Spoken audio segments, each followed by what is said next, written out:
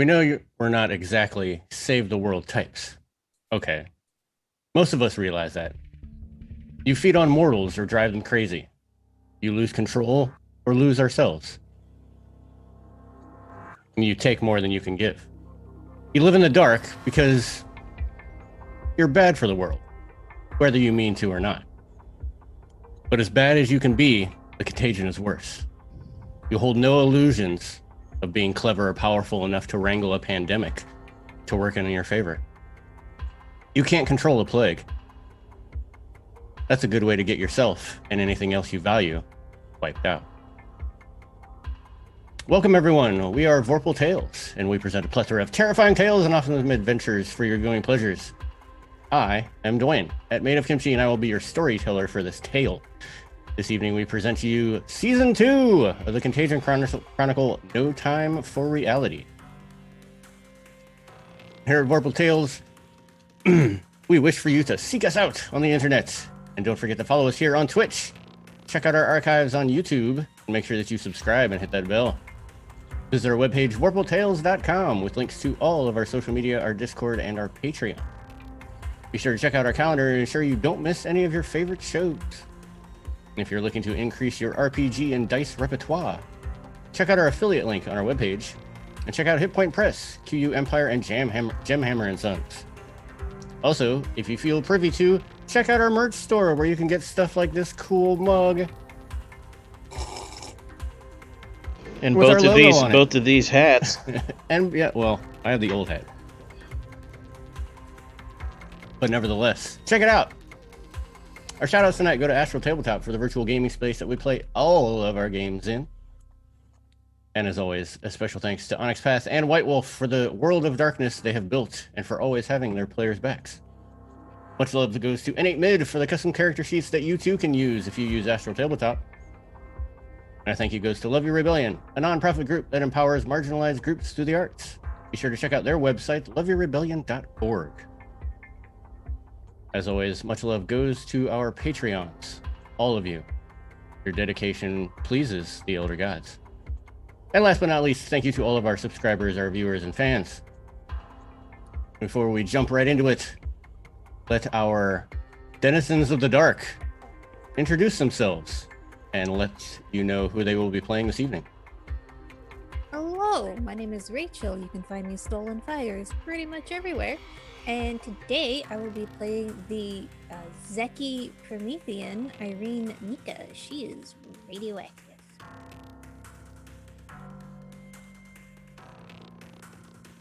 And I am Eldritch Echoes Online. You can find me in all places on the internet with that handle, and I will be playing one of our two mages in this story. We'll learn more about him shortly. Hi, I'm Mare. You can find me at Oh Hello Mare on Twitch and Twitter. And I will be playing Essie, our unfleshed Promethean this evening. Hello, I am Kisama. You can find me on Twitter at TrueKisama, and tonight I will be playing the Mummy, Caro. More news as it develops. And I'm Corey, and they, them, and we'll be playing Kilowatt, the other mage, who is a green energy fanatic and electromancer. Hello, I am Miss Emo Fox. You can find me Twitch, Twitter, Facebook, pretty much anywhere under that tagline. I tonight will be playing Emma Rose, our resident changeling. We'll see how her story develops. Awesome. Sorry, I'm having some audio difficulties there. So before we dive into the story itself, let's do a quick recap of Season 1 so that our players and our watchers kind of know what's going on. It's going to be short and sweet.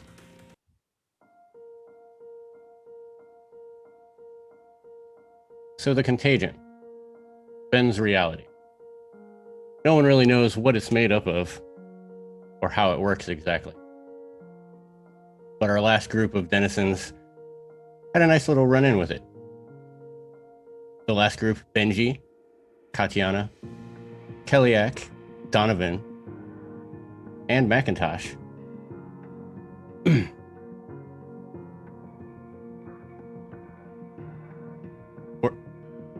We're all set up in Chicago, and through several different events, we're drawn to the Harold Washington Library Center. This is initially where they found out that the contagion was causing an individual and the surrounding areas to change. Changing it from the world that we know now into a world where Nazis had won the war.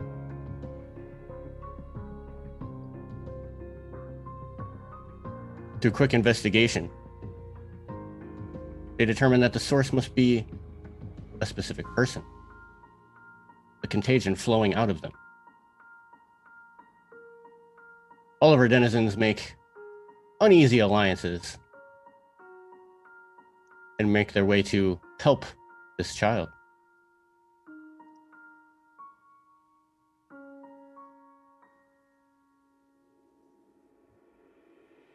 Moving forward,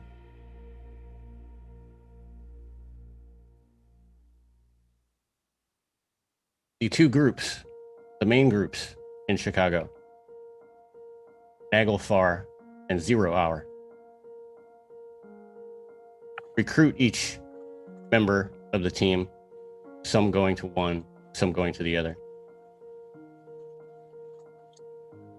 But yet they work in tandem to stave off different contagion events that occur. They do their best to keep it under control, but there's always one minor accident that may occur, and reality changes.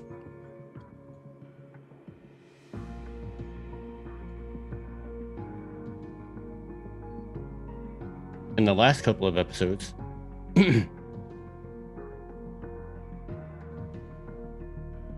Naglfar decides to send help in the form of their last denizen, Brandon. The two groups, 0 Hour and Naglfar, tell them that they need to handle a contagion event that is happening near a bridge. So they are able to contain the contagion for some time.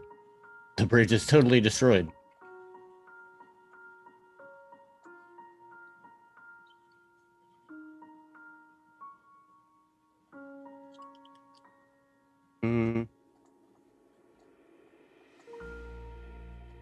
Quietly behind the scenes, though, although Naglfar and 0 Hour are the main entities that operate in Chicago, behind those scenes, Bilal's brood, a group of vampires who have embraced the bestial part of the vampire and are totally consumed by it, continue putting caltrops in the denizens, in the groups, partakings in cleansing the contagion.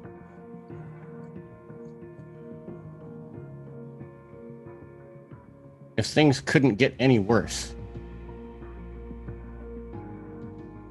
it is now known that altered angels seeking out the demon Brandon have also been tainted by the contagion, making them even more dangerous than they were before.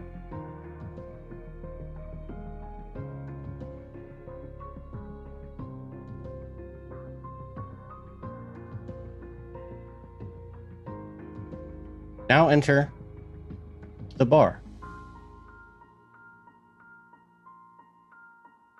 Our denizens meet a Mr. Martini.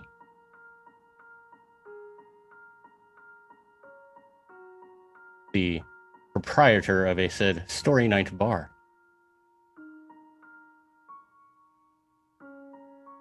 Here's a place where our group of denizens can relax.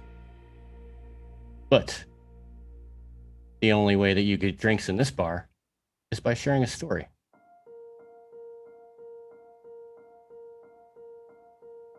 our group shares, gets their drinks, and learns that they will be taking over this bar by the initial owner.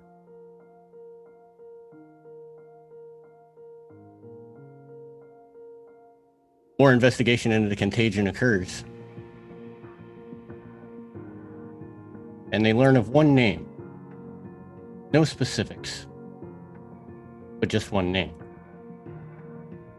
Naira Kath.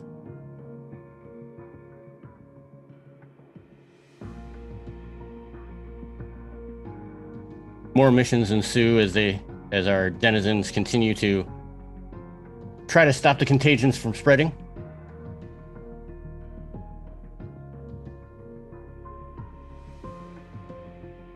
Antics ensue as we learn that the contagion is bringing written works to life, as in one of the last encounters of the contagion that our daring team had was with a mage riding a T-Rex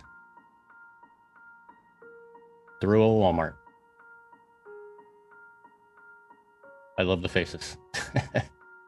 I read that book. That was the whole idea. The books came to life.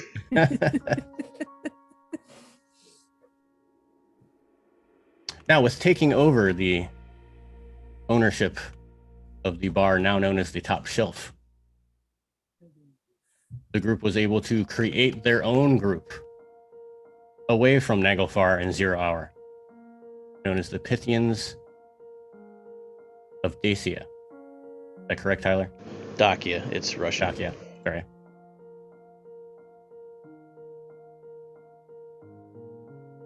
Excuse me.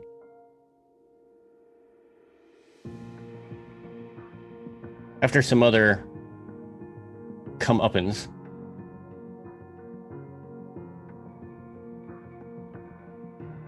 the band of monsters realize that they need to stock up on supplies before heading into their, hopefully, last mission. And that last mission takes them to a place where many of them are unfamiliar with except one. The hedge. However, a couple of hours before they do set out, Macintosh, the hunter of the group, sends out a phone call to someone that he feels that he can trust. Gives them the information that they will be leaving on a mission of great importance into the hedge. And if they should not hear back from them, that they are to take up the mantle and contain this contagion as much as they can.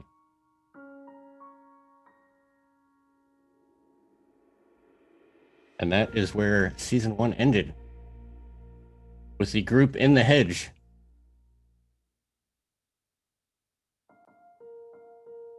And now starts to season 2, where there are a whole new group of denizens.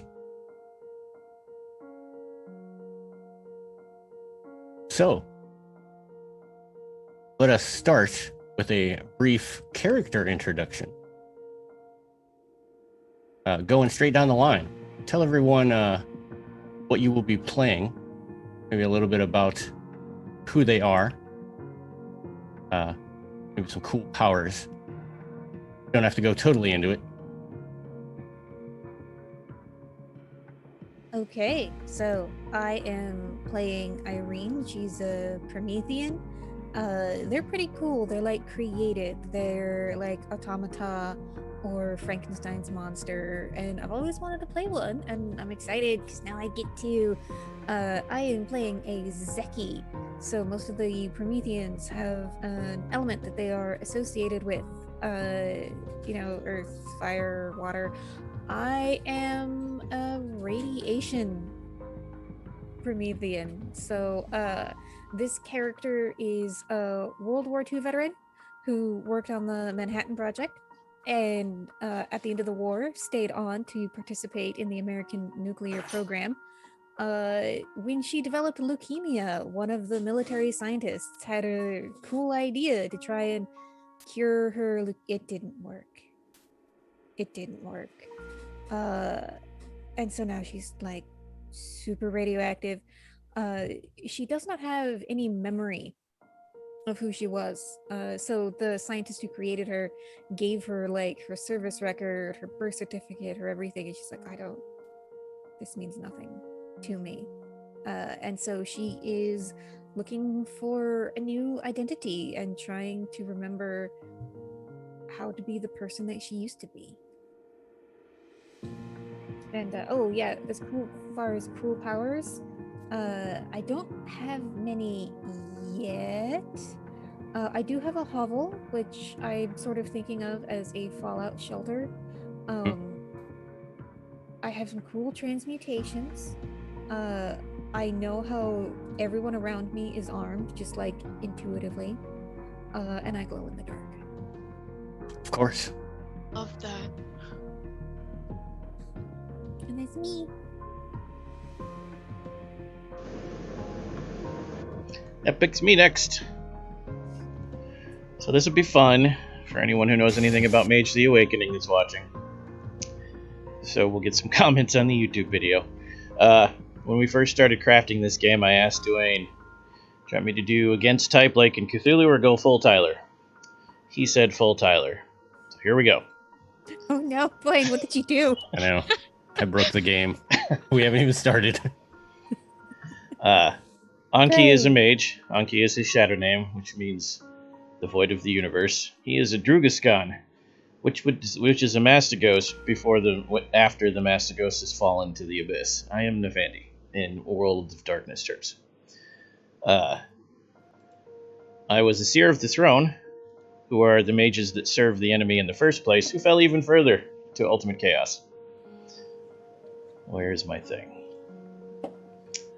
Santos is a gatekeeper for the Secret Order of the Gate in Chicago.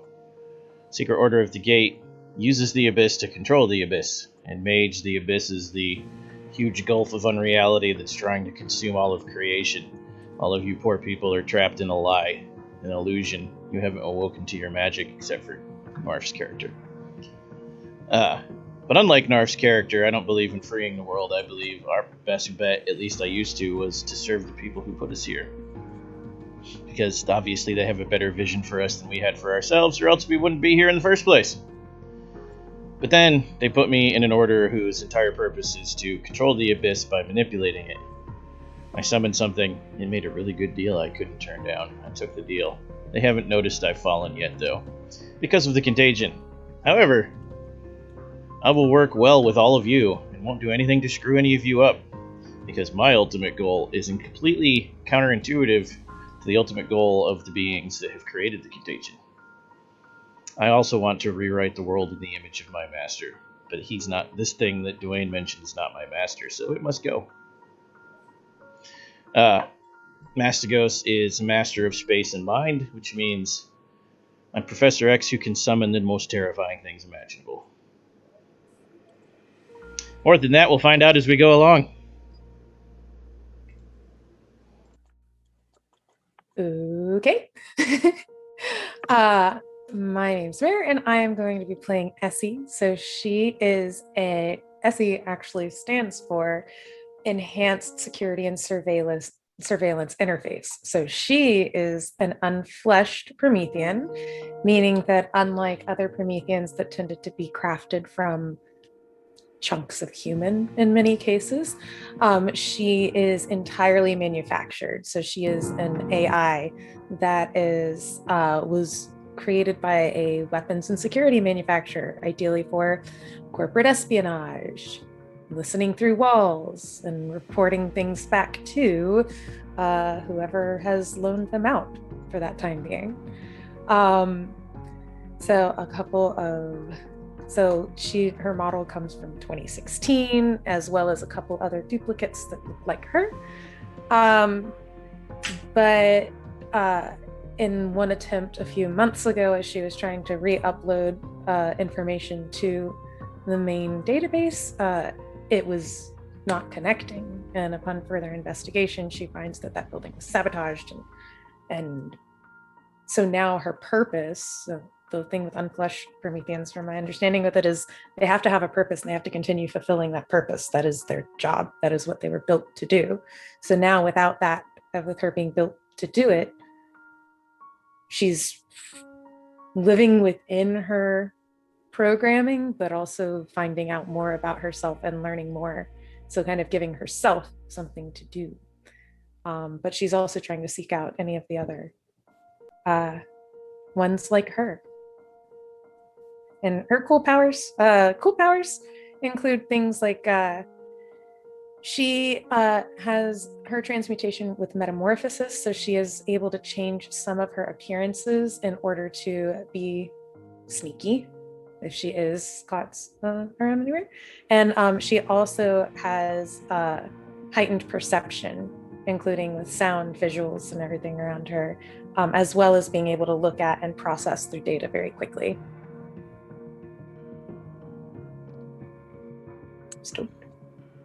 Oh, nice. And I will be playing the Mummy. And for those who are not aware, the mummies, the deathless, the arisen, were originally formed thousands upon thousands ago in a civilization that clearly no longer exists, Irem. And despite the long existence, mummies usually have trouble clinging on to their memories. So I only remember the last time I was awake, if even that. But other than that, Caro is an individual who gravitates towards building enterprises that will last the test of time. As a Nesrem, a guardian bull, as the decree of my mummy. I should have written a script for this. That's on me. My decree is Nesrem. I'm also part of the Mesa Naboo as my guild, meaning I'm an alchemist. So of course all of my companies produce tools, weapons, clothing, things of that sort. But most importantly, Caro serves the judge Unam Besek, the Eater of Entrails, who has claimed dominion over land, agriculture, and dominion. And so every time I'm awoken, Unam Besek will likely have a task for me, regardless of what woke me up. It is not a kind existence. Other than that, I am a resilient, careless, and dominant mummy who cannot be killed. My powers include having at minimum 1 armor and at most 7 without wearing anything. Being able to literally disappear while being watched. And repelling any sort of magic pointed at me.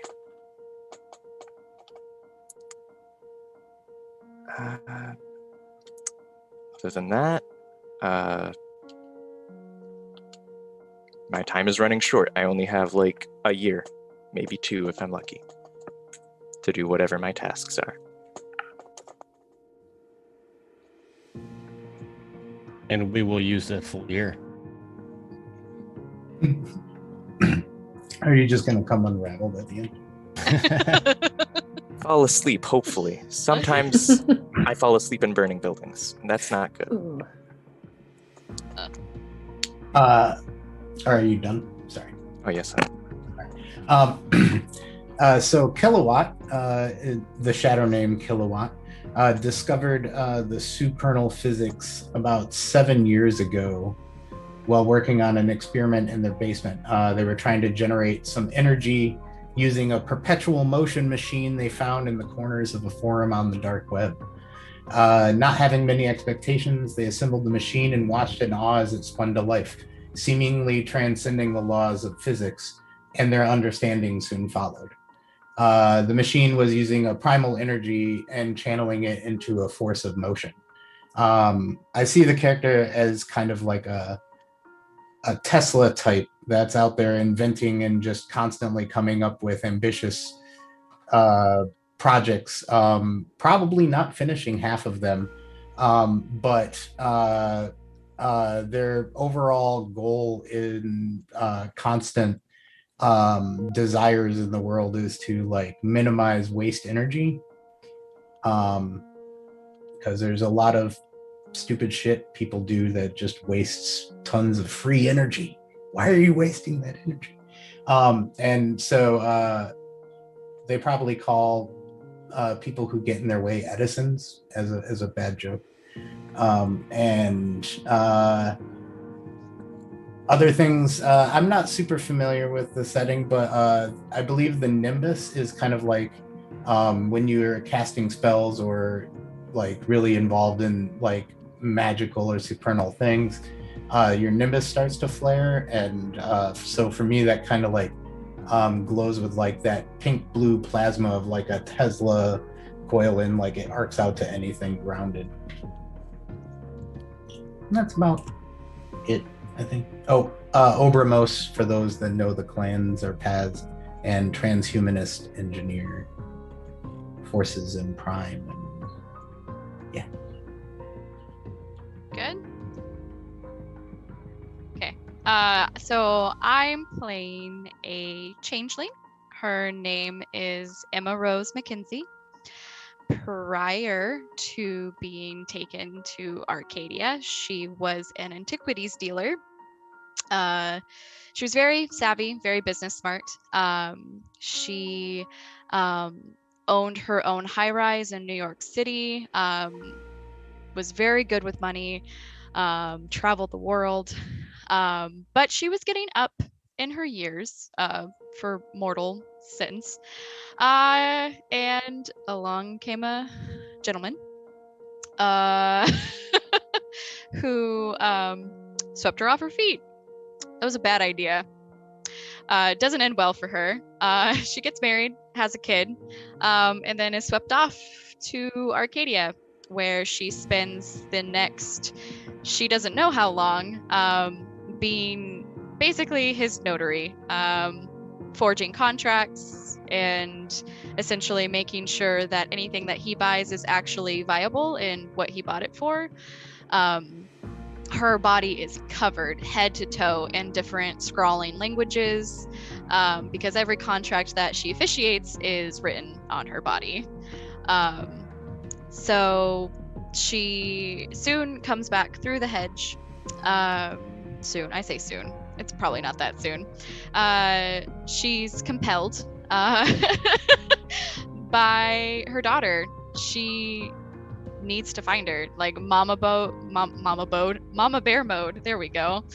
Kicks in, and she comes back to the mortal realm, and she's on the hunt to find where her daughter is. She is a wizened changeling. Some of my powers include hostile takeover. Basically, she can walk into an establishment and challenge basically ownership of it, to claim it as her own. As well as I kind of sprinkled in like something that I thought was kind of cute, which is Cupid's arrow, and like being able to like guide someone through their love. Because she's like just driven essentially by love right now. Is all that she cares about is the love that she has for her daughter. So, and she can also see truth and lies. So she knows when you're trying to bullshit her, which is really good when she's trying to make an agreement with you.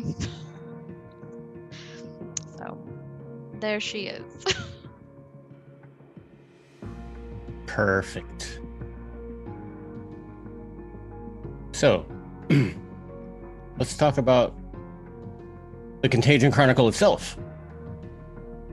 So again, I've talked about how the Contagion warps reality, changes things, and makes things strange. So here are some things that I want you as characters to think of. They may not apply to you, but you can use them, kind of give you an idea. So as the Contagion alters the world we know, and it makes changes to the core themes, think of these. What if the thing you needed to drink to survive now burns like acid? What if the touch tones that keep you anchored to your humanity no longer recognize you? And what if a mundane preacher's words carry as much power as a mage's grandest spell? All of these enigmas and more could happen in Chicago, where the Contagion is bleeding in. People disappear. Buildings change. And change is frightening. While it offers some hope, it does threaten the rules and laws that you've come to rely on. Now again, the Contagion Chronicle is a chronicle of darkness. So for at least one of us, let's go over some rules. Because everybody loves rules. Everybody loves a rule dump. So we are going to be rolling D10s. Woo, D10s. Successes are on an 8, 9, or a 10, with 10 blowing up, exploding. Unless you have some type of merit or cool power that allows you to roll 9 again or 8 again. Most of the time, you only need 1 success. 5 successes is an exceptional success.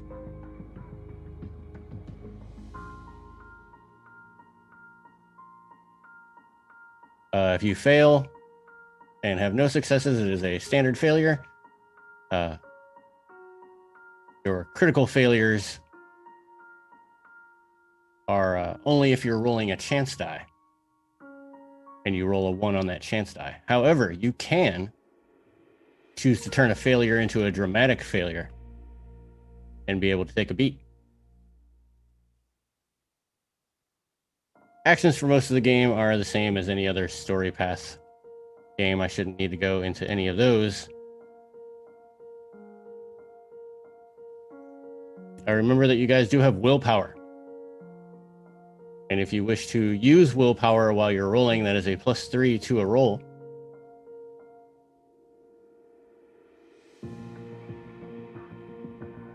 There's no experience in the Contagion Chronicle for itself. So we will be using beats. 5 beats converts into 1 experience.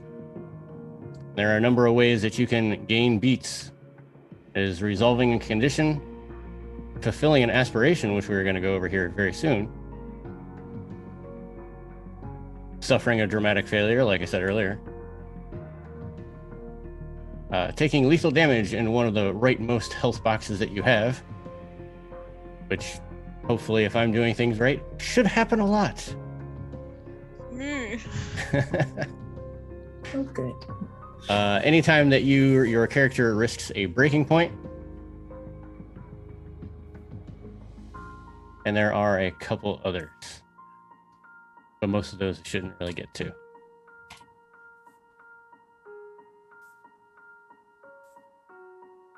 Any questions on the rolls?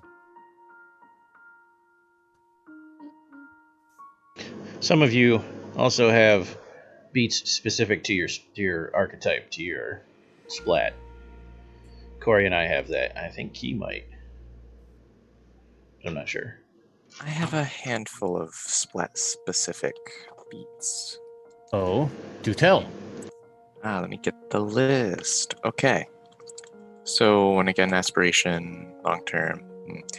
When my character either submits directly to the will or commands of my judge, despite it being against my desires or beliefs, or directly disobeys or acts against my judge, I take a beat. So I get rewarded for either being a good mummy or a bad mummy. There are no in-betweens. Kilowatt and I get them for encountering anything new in the supernatural, which means in the first few sessions all the time. Risking hubris. Yeah.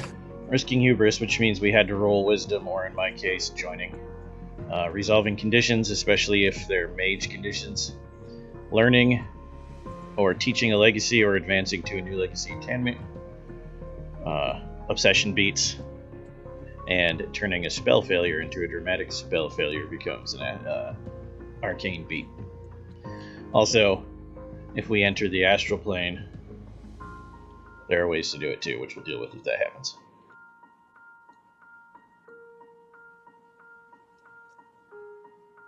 I don't know if Prometheans have them. I think that at least with my lineage, not lineage, with my the heck is it called? My refinement. With one of the refinements that I have, it is, and I just clicked away from it. The beat is anytime that I handle a situation calmly and collectedly, a tense situation, I'm able to navigate through that without losing it. That offers me a beat, I believe. You know of any others, Rachel? Well, so we've got milestones. Yes. I am looking up if those confer beats, but those are, I think they're more like aspirations. Mm-hmm. Oh, so those are regular beats. Okay. Yeah. Yeah. I mean, yeah. Yeah, like I think that for us, depending on the refinement that you have, it offers a different type of beat for it. Did you have a refinement, Rachel? Yes, I am phosphorus, which is how I am able to glow in the dark. And I wrote all of this stuff down and then closed the file because I'm smart like that. So for yours, because I just pulled it up on mine, once per chapter. No, I've got it. You got it? Cool. Yeah, once per chapter, I can take a beat to auto-fail a stealth roll or add 1 die to a disquiet roll. That's the part that will give everybody cancer. Mm-hmm. Thanks for the follow, Ty Yeager. I might be able to help with it. Oh, and hey, Ty. That's a Hey, friend of mine. Ty. I might be able to help with that radiation thing. Yes, you A can. match made in heaven. Hey. Wow. Or hell, if he An decides infinite to. power source. Someone Yes. obsessed with infinite power source. So I was about to say, or a match made in hell if he decides to increase the radiation. Kick it up a notch. Changelings don't. Theirs is just- They have something weird for glamour, but I don't remember what it is. What you got, Key? I know you play Changelings. Is it not making still new on the- contracts? I know they're not called contracts. Still on the topic of beats, right? Just to Yeah. make sure. Yeah. I know they get a beat whenever they surrender, which That makes sense. They're It's squishy. real dark. That makes sense. they get a beat whenever they take clarity damage. Yeah, They that's the gain a one. beat when another changeling, like another player character changeling, seals their statement. And they do get beats as part of oaths and bargains when they get in the way. Like if there's an oath of, I will never work with this person again, and now they have to work with that person again, they'd get a beat because the oath gets in the way. Little things like that. Got it. I don't think there's anything else for changelings than those in the normal beats. All right. Oh, yeah. All right. So Promethean rules are real interesting because we get regular beats and vitriol beats. And vitriol we use like for our cool Promethean stuff. So we get beats for all the normal things. We also get a beat for risking torment. Playing through the end of a game session. Yay. And then when we complete the milestones, we get vitriol beats, and if we get an exceptional success on our resist torment roll, we also get a vitriol beat. So it's cool. We got like parallel experience. So happy that I have to remember all of this. You'll be fine. That means you have 2 of your archetypes and 4 of your players that have parallel tracks. Yes. I mean, I can keep track of my own. Yeah, arcane beats aren't hard, and Corey and I can see what they're for.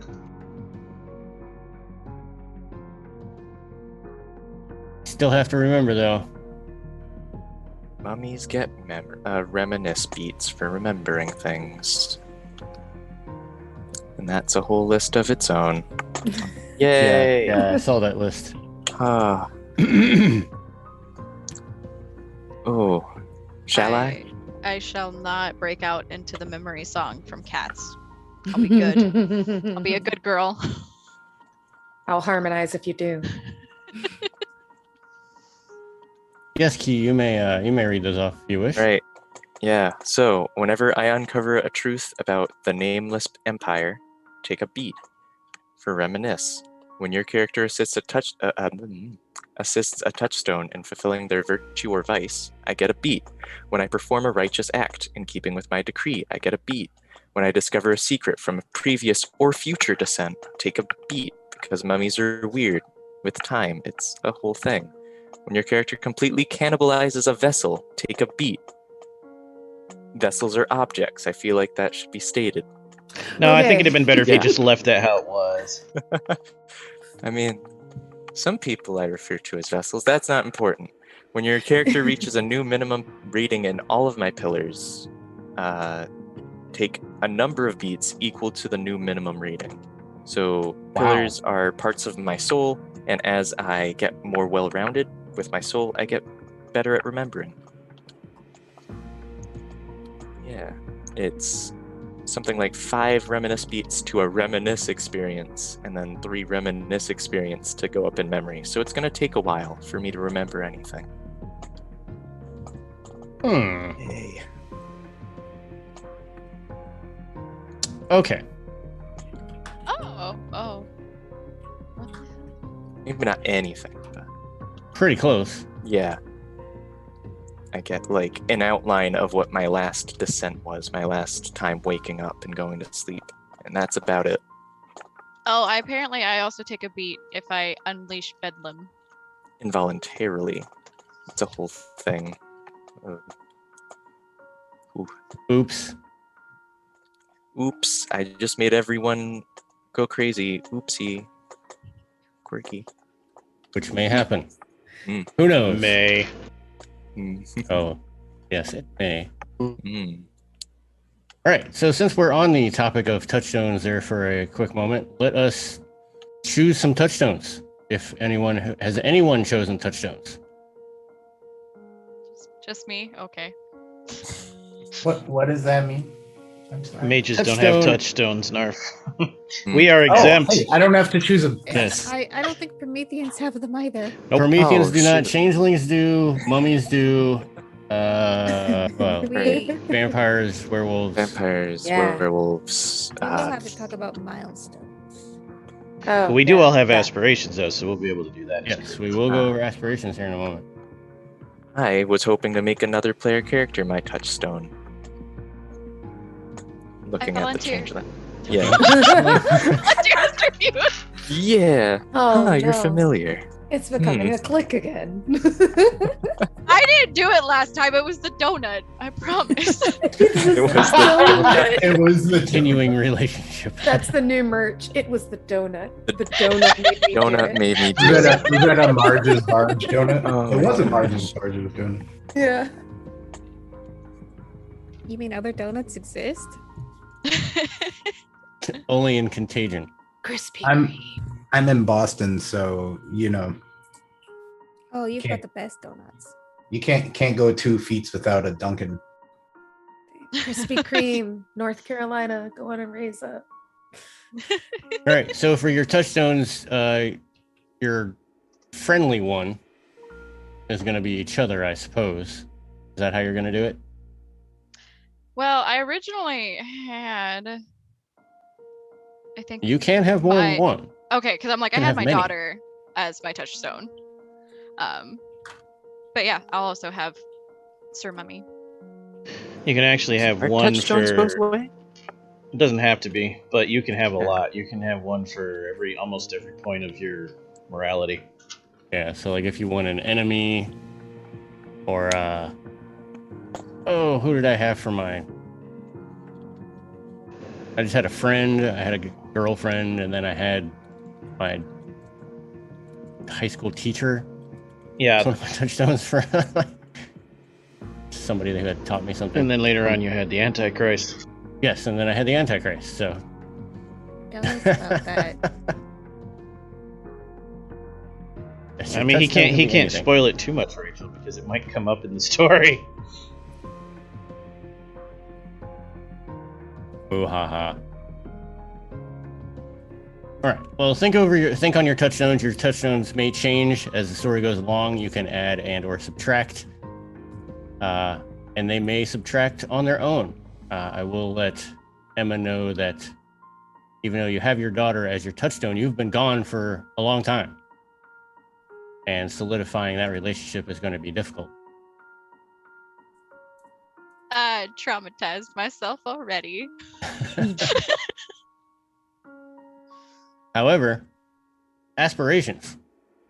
Each character is going to need 2 short aspirations and 1 long-term aspiration. Aspirations can change from session to session. If they are not completed, every time that you complete them, you get a beat. Okay. Your short term can be something as simple as if you are a changeling, you can. I'm always horrible at choosing my aspirations, so I'm the worst person to give you examples. Same. Second worst. I'm the Oh, worst. I'm the second worst. No, it's me. I can always think of one, and then I'm just like, I have no idea what my other ones can be. I have some aspirations. Oh, So, short-term aspiration, she wants to learn at least one piece of information about the person she used to be. So, like, uncover like an old news clipping or something in public records, just any hint.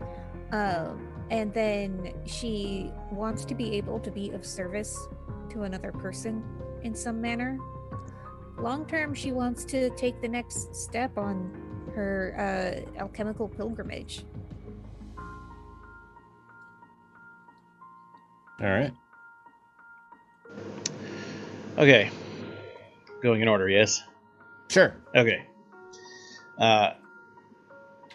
You're allowed to have one obsession for the first 2 dots of Gnosis. So my obsession is remove all obstacles to opening the way for my Anunnaki, Yog-Sothoth. My aspirations are 2 short, store paradox in my pattern, cast an antinomian spell, and 1 long, expand my understanding of abyssal gatekeeping, which will involve lots and lots of summoning. Okay. For those who are curious, most mages paradox a bad thing. You avoid it, and if you do get it, you try to release it into the world or burn it off so it doesn't hurt anything. Not Santos. Celesti do not. No, Celesti can store it in their pattern and use it as a weapon and force abyssal tilts and conditions on the world around him.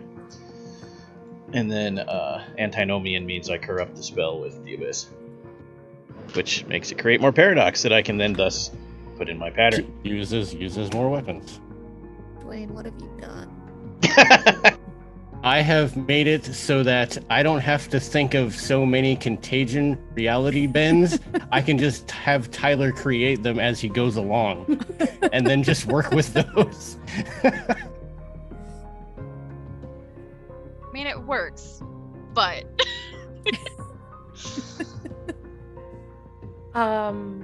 This is me. oh, hey. Okay.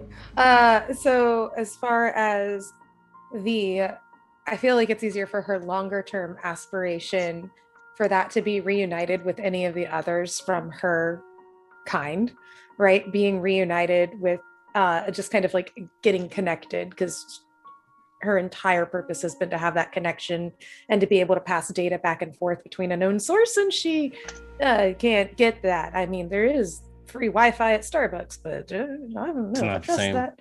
Not the same. It hits different. But as far as, so that's like her longer term is to be able to connect with that. The shorter term aspect of it has been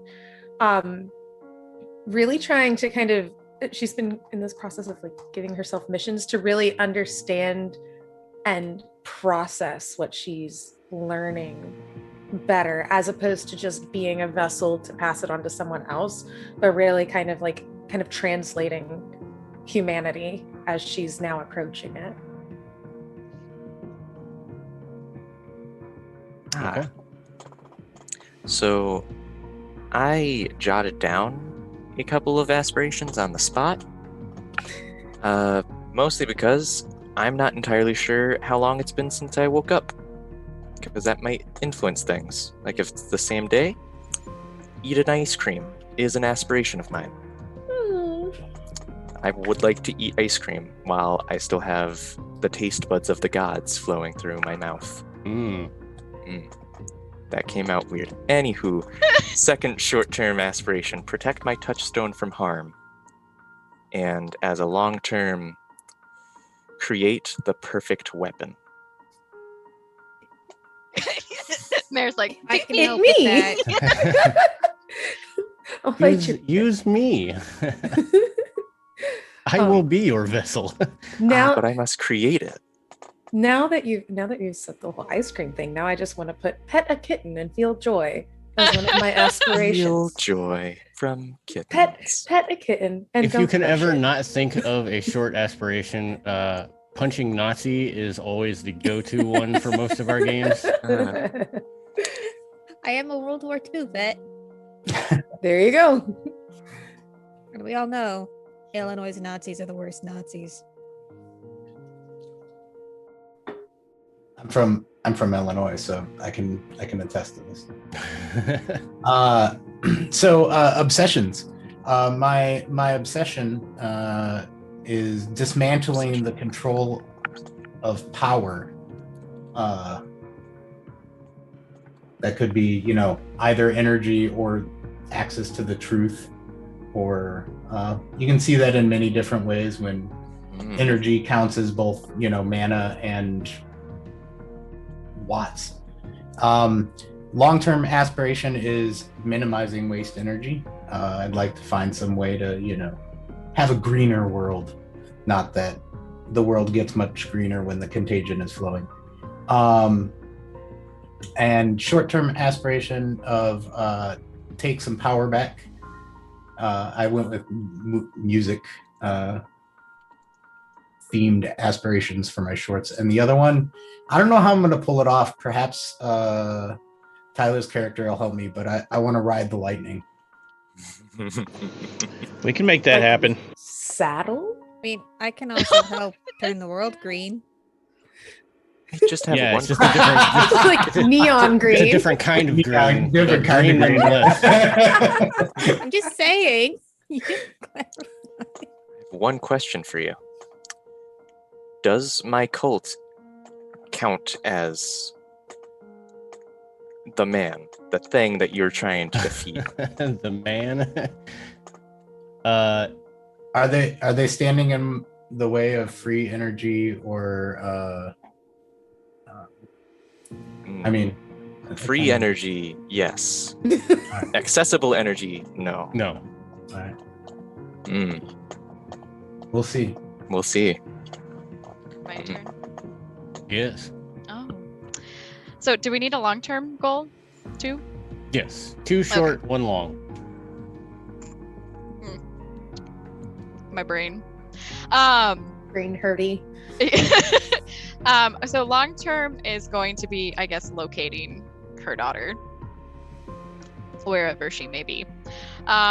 Short-term is going to be like take over a business as her own. I guess I don't know if it's allowed to like tie into the long term, but find out a piece of information on her daughter's location like a puzzle piece. Okay. If Yeah. not, I can find some. I can pick something else. What Yeah, kind of puzzle- business puzzle- do you think of running? Yeah, your guys' characters are meshing almost too well. Yeah. It's Do like, it! I'm sorry, did you need something to be found Yeah, by as surveillance? as the mummy leader of industry. And textiles. And retail. having Uh, having a touchstone with a changeling who wants to start their own business. I didn't do it. I promise. I only talked to Key a little bit. That's all it takes. Welcome to the cult.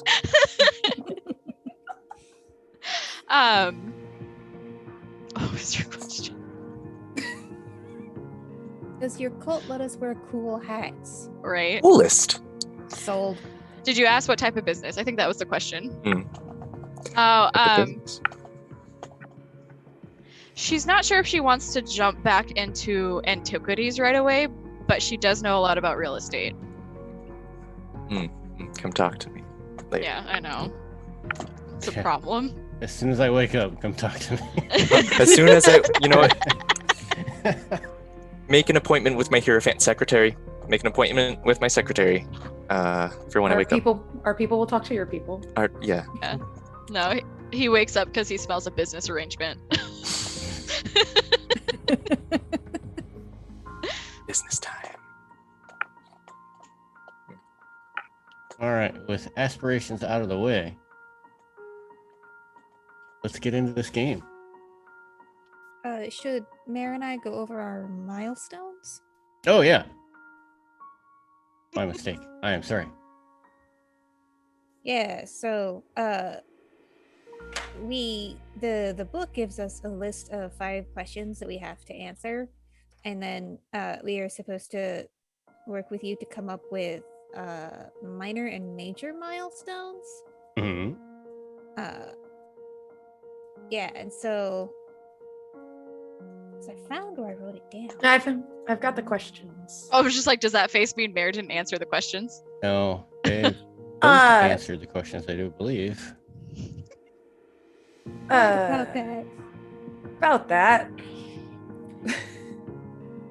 I can answer the questions now. Ow. I have to pull up Rachel's sheet. She had the questions.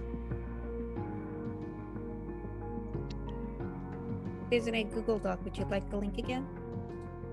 Yeah, I just gotta find it.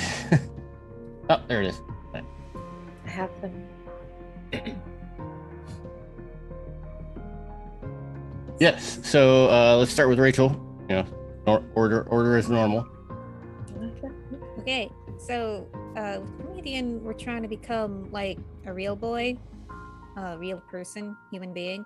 So what sort of human do you want to be? Irene wants to remember who she used to be, and she wants to be of service to others because she still has that like enlisted person mentality. So how have humans taught you to fear and hate? So their fears of radiation and quiet poison resonate with her. Radiation is dangerous, but can be handled safely. She feels humanity's innate distrust of radiation and nuclear energy on a personal level. How did you split with your creator? So he thought that pretty much dragging her out to Groom Lake and bombing the shit out of her would cure her leukemia.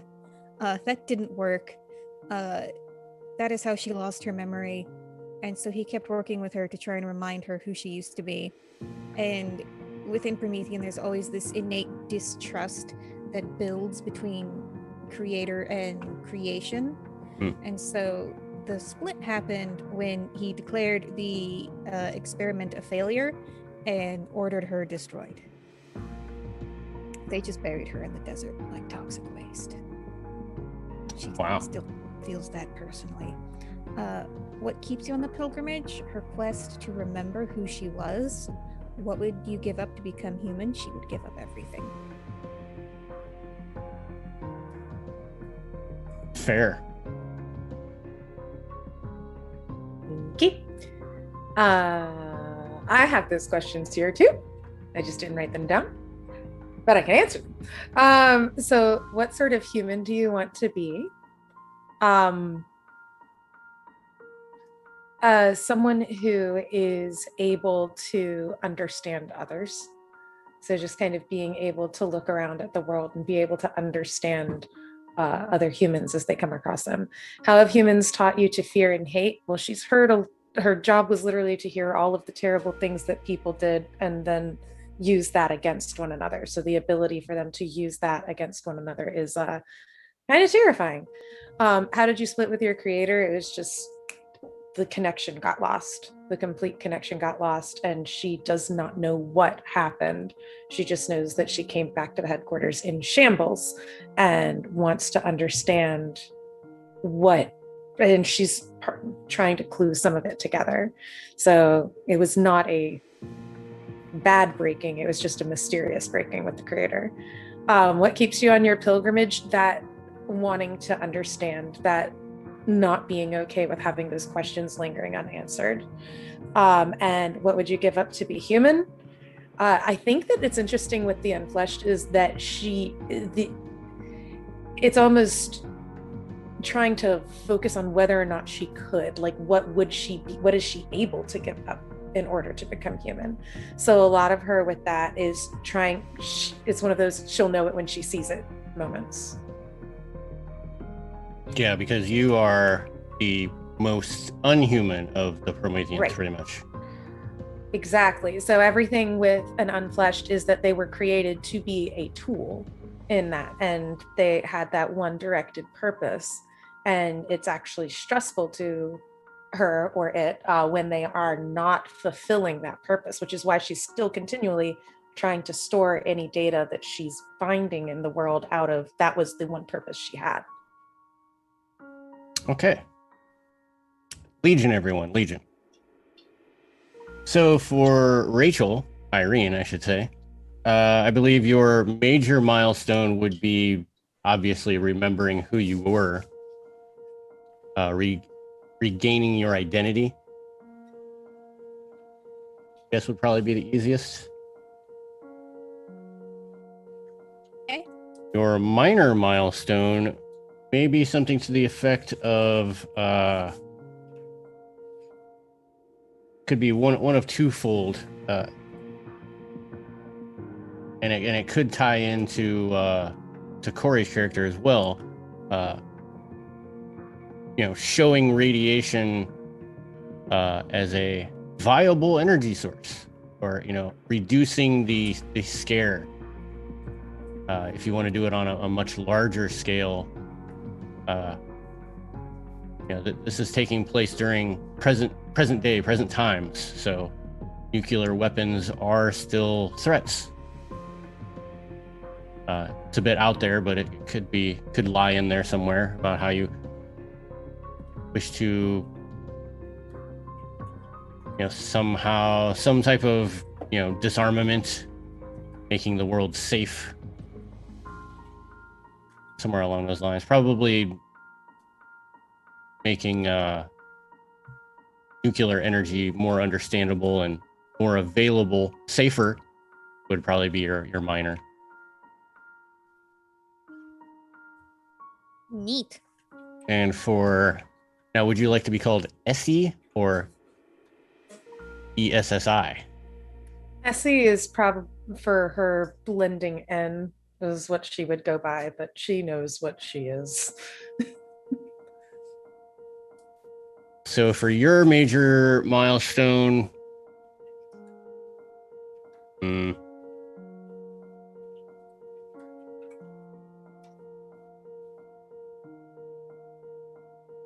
Sorry. yeah. Thinking on this one. Ideas, anyone? Help a brother up. Hey, chat. What's my milestone? Experience an emotion. Ooh. Have a feeling. Have a feeling. That's a great one. Actually, if you want to have that as a major, Okay. It would be experience an emotion, understand it, and have it reciprocated. Oh. So it doesn't have to be like love or anything, but just anger. Understanding why you're angry, showing that anger, and have someone be like, oh, well, either backing off or returning the anger back towards you. Or loving the kitten and feeling it purr. Right. One of the two. It makes sounds. Its motor is running. Minor milestone. It's tricky. I would say to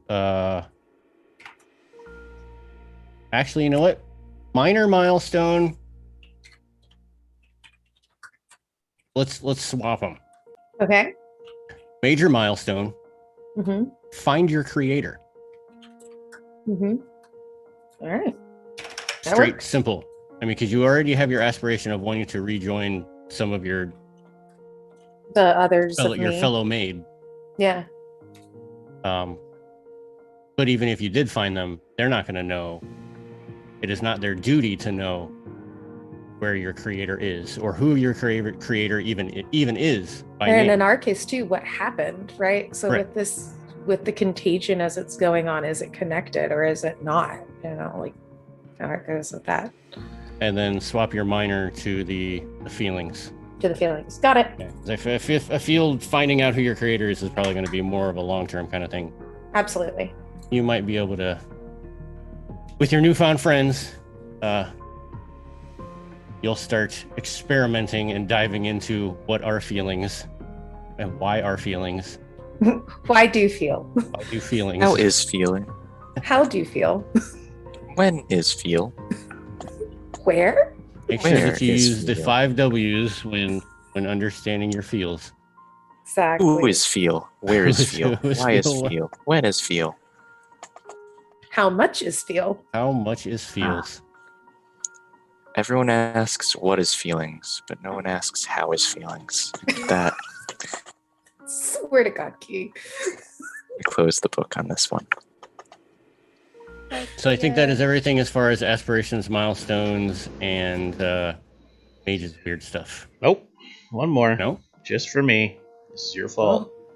Oh, Oh. When boy. it comes to beats, I have 3 permanent conditions that will grant beats fairly often. Okay, I gotta write these down. Mad, I'm gonna write these down. It's fine. madness, delusions, and abyssal nimbus. You did this. The faces in this chat right now. Right? We're like, Everyone the just last turned one? into the eyes emojis. Abyssal what? Nimbus. My nimbus is always abyssal, which will do fun things to everyone. Oh, your nimbus is showing. If Essie Sorry. hangs out around me long enough, she'll learn feels real fast. They won't be good ones, though. I have this feeling. Paranoia? It's in my gut. Hey, that's my torment. None of that, please. Crushing darkness? Oh. Oh, hey, that reminds me. I have a thing like that. Oh, A got to bring torment? that up. What, crushing darkness? Yeah, Oh. but also in the game. Jeez. I just want to give you a hug. Ooh. Where's the Krispy Kreme? It's all right? around Don't me. make me come to wherever you are and give you a hug. But yes, Cymbarus, we'll get into that later. People will see death. It's fine. We're all just the Contagion crew. Thank If I my Betty just gave experience that man a death- boost. If Carrie, I you already have a experience and boost. understand death. There's a milestone.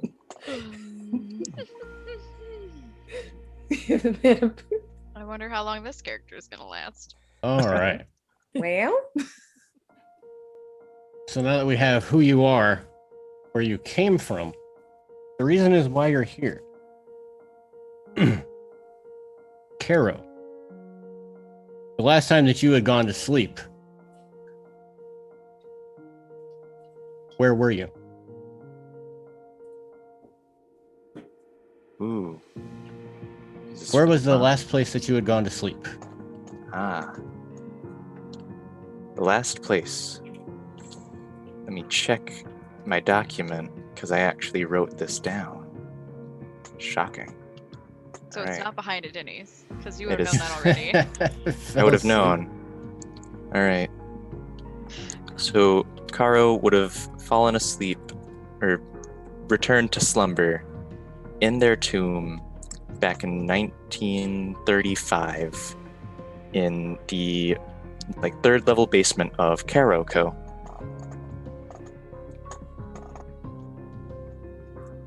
Old cult All right. in Chicago. I feel like that is an important detail. Since times have been changing in Chicago and the contagion has made its presence known over the last couple of years, because you went to sleep, what, in 2018-ish time? Hmm? Was that when you went to sleep?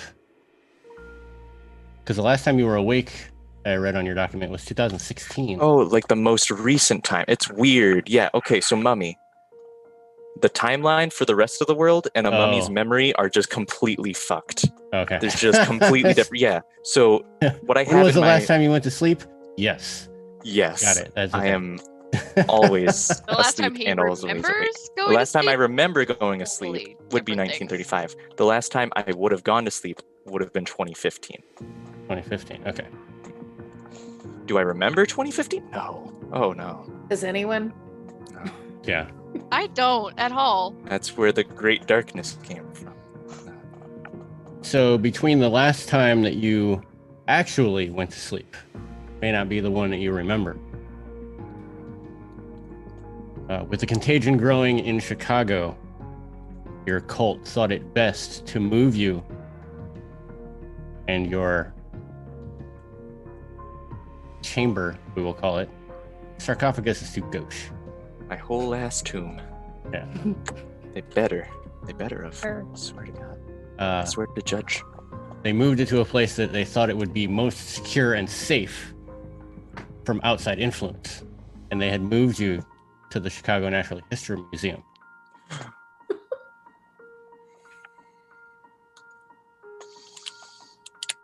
Gonna have a bone to pick with them later. It's fine. However, your cult does have a foothold on the museum as part of Caro Industries. And they are subcontracted out as security guards. So while you do not run the museum itself, It would be by a different name these days, for reasons unknown. Akram Industries. Yeah. Yeah, the whole Right. thing. Akram Industries it is. Actually, we'll call it Akram Security Solutions. Subsidiary of Akram International. LLC.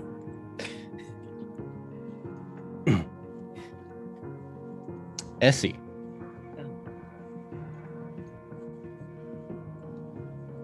Where was the last place? Where was your initial headquarters located? New York. Okay. Since the time that your headquarters was found to be in disarray and destroyed, not knowing where you should go or what you should do, not knowing where any of your fellow maid had disappeared to, and of course, not knowing who your maker is or where they had gone. You've been continually trying to find friends, for lack of a better term. Your fellow 5 other models that you had worked with inside your facility. And you've been quiet about it, following your mission parameters as best you could. But being on your own, it was difficult. But nevertheless, you learned a little bit about the world around. This is your first time actually being out and about, free-willed, if you will. And occasionally you would, on the lowest frequency possible, send out a blip in hopes that somebody would answer. Sometimes you would just sit in the alleyways before you quote unquote sleep. And just let the static in your head run as you hope to hear an answer. 3 weeks ago, you got that answer.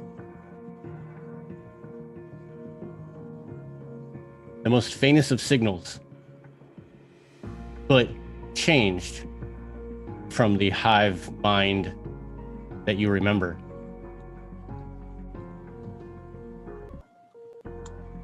And as you follow that signal, it takes you west. The further west that you've moved over the past couple weeks, the signal seems to be getting stronger. And that signal itself seems to be coming from Chicago. Its exact location is unknown because it seems as closer you get to Chicago, the more distorted the signal gets.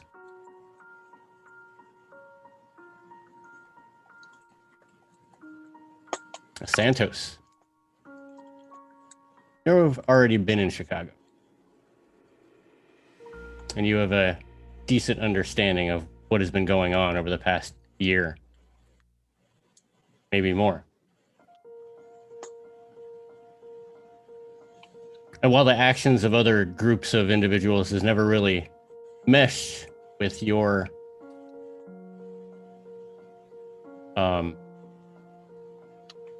ideals and your personal missions of opening the gate. Just a week ago, something had caught your eye. Which one? Your eye's eye. As your eye peers into the fifth dimension. The dimension of technology. And you see that, strangely enough, a group of others, people that you are not privy to know, but you know of their powers, and you've watched them as you've watched the city, unfold and turn into the crazy place that it is. They've been doing more and more research into this contagion that has taken over Chicago. And then that name pops up. A name that you have not heard for a long time. But it piques your interest. Like a child with a brand new pinwheel. Naira Kath. And you wonder why. And knowing that they are somehow on the same path as you, to better understanding, you begin to seek them out. And through your own investigation, you are able to learn that all of their investigation seems to be coming from one location, a place called the Top Shelf in downtown Chicago.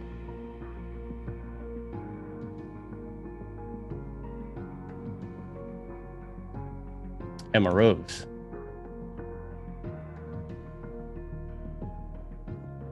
Yes. You were originally in New York as well, correct? I was. Yes.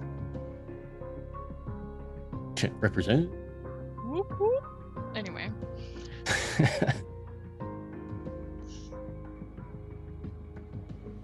Since you escaped the hedge, now seeing the world that has changed since the time that you had gone in, how many years has it been?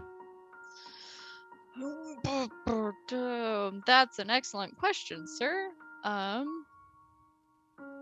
see. Not how many years that you know, but how many years have actually gone by. I know. The dice are going to decide. 53 years. Wow. Okay. You've been seeking your daughter. You know that at this point, the time that has elapsed, you can't share in all of the things that a mother with her daughter would want to, sweet 16 birthday, the all the things that go in with that. First time they go on a date. But your daughter is now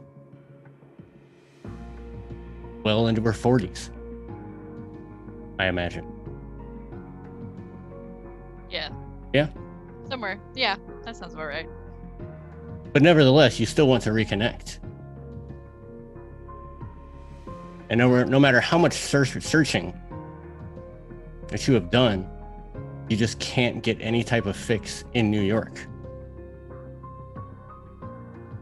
So you reach out to other changelings. Ones that may not know you as well, but have the same kind of hatred for... Well, I wouldn't say hatred. Disdain for their captors. And one of them tells you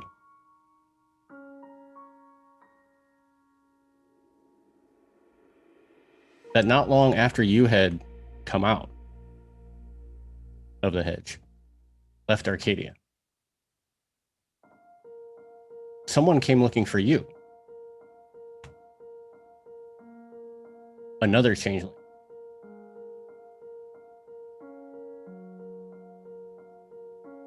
And they also were seeking the same person that you're looking for, your daughter. Excuse? Okay. At the time, they didn't think anything of it because they did not know you.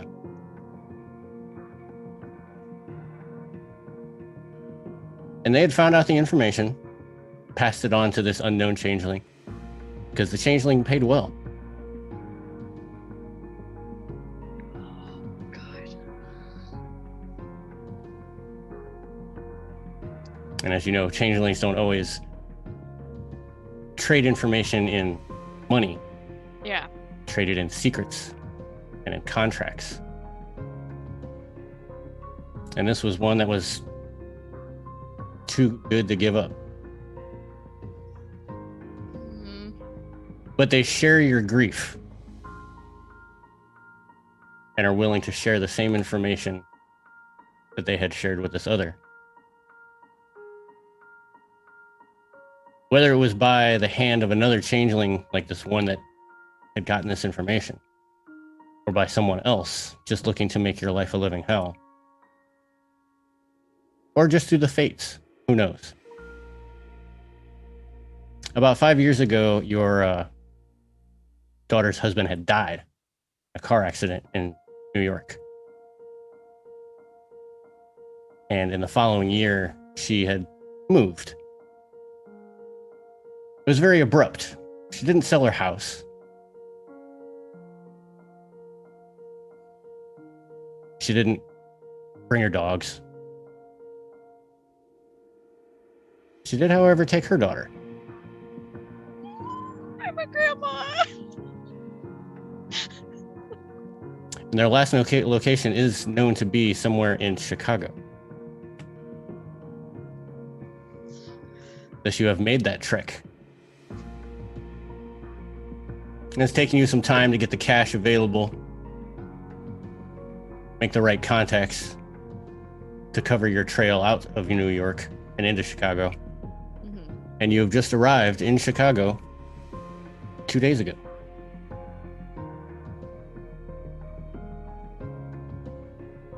Kilowatt. Where are you originally from? Chicago. Everybody from Chicago.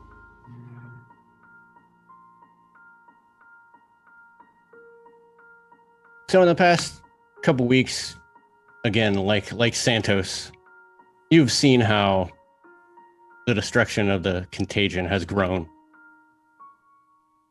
And in trying to leave many times just to get out of the insanity that ensues, You found it impossible.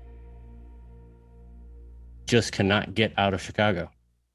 No matter how many times you've tried, no matter how many spells, no matter how many deals that you've made with other people, you just cannot seem to get out. It's like a constant reality loop. As soon as you get 5 miles outside of Chicago, you find yourself walking back down Main Street. You fall asleep at the wheel of a car and find yourself on a ferry that's pulling into the eastern port. It's very strange. Even stranger than that, 2 days ago, you get a phone call from a friend, an old friend. Not someone that you probably would consider a friend, more of an acquaintance. You have traded in secrets with this individual before. This individual goes by the name of Macintosh, a hunter. And you got a phone call. You were not home. They left a voicemail. It was very sweet and to the point. It says that this will be probably the last time that you would hear from him,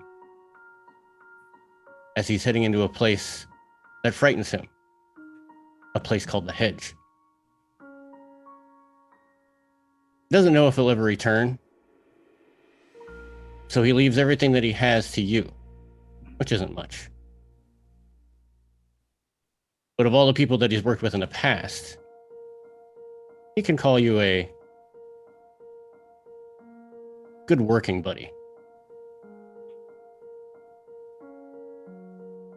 And if I don't return, and you don't hear back from me within the next couple days, head to this place. Maybe they can shine some light on what happened and how to contain this contagion that has been plaguing our city.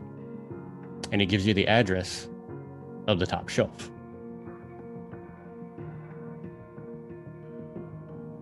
Irene.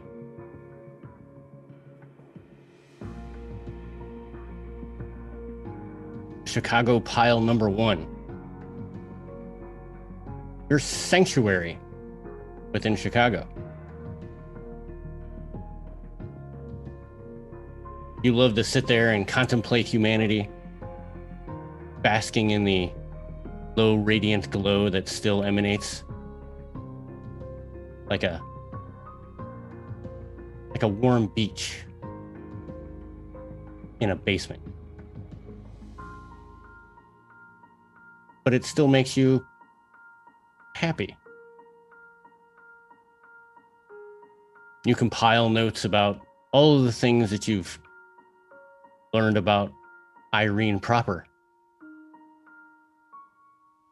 You pass over them, trying to look at a picture, trying to actually relate with it. Because as of now, as of years that have come before, although that you know that you are this person, you feel no connection with it. Your mind hasn't taken it all in. When you look at the pictures of yourself, you only see a woman.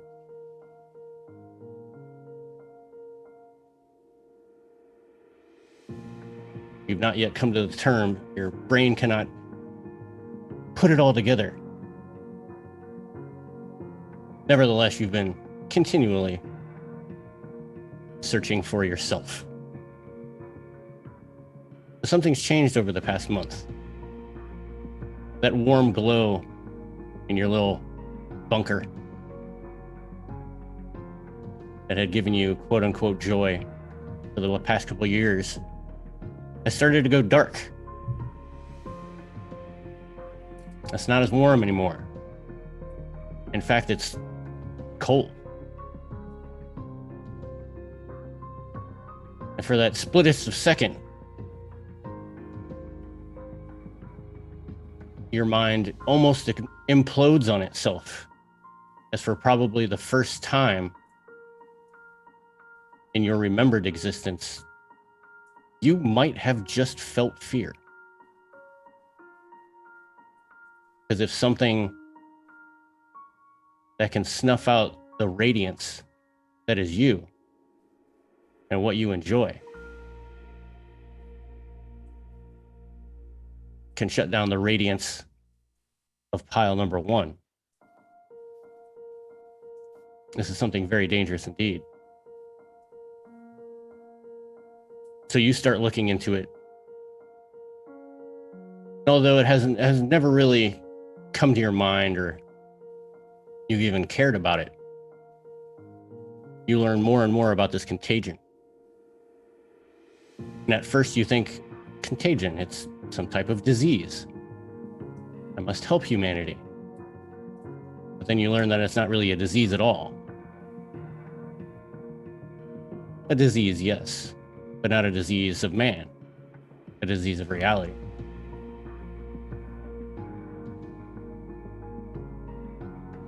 And as you begin to fit the clues together and track these anomalies that are occurring, you learn of the story of a last group. And you too are drawn to this place called the Top Shelf. For maybe they hold answers as to why your place of sanctuary is going cold. And that's where we're going to take a 10-minute break. It's 6:37 p.m. Eastern Time. We will take a 10-minute break. And then hopefully we will meet all of our peeps as they meet each other at the Top Shelf. We will see you all in 10 minutes, 6:47 Eastern Time.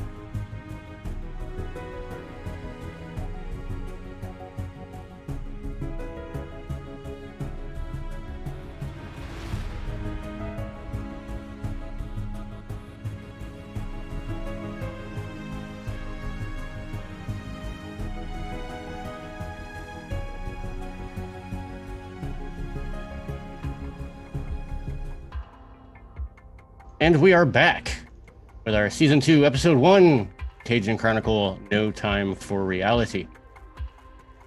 We've just introduced all of our characters, told them why they're in Chicago. And now we're going to bring them all together as one big happy family.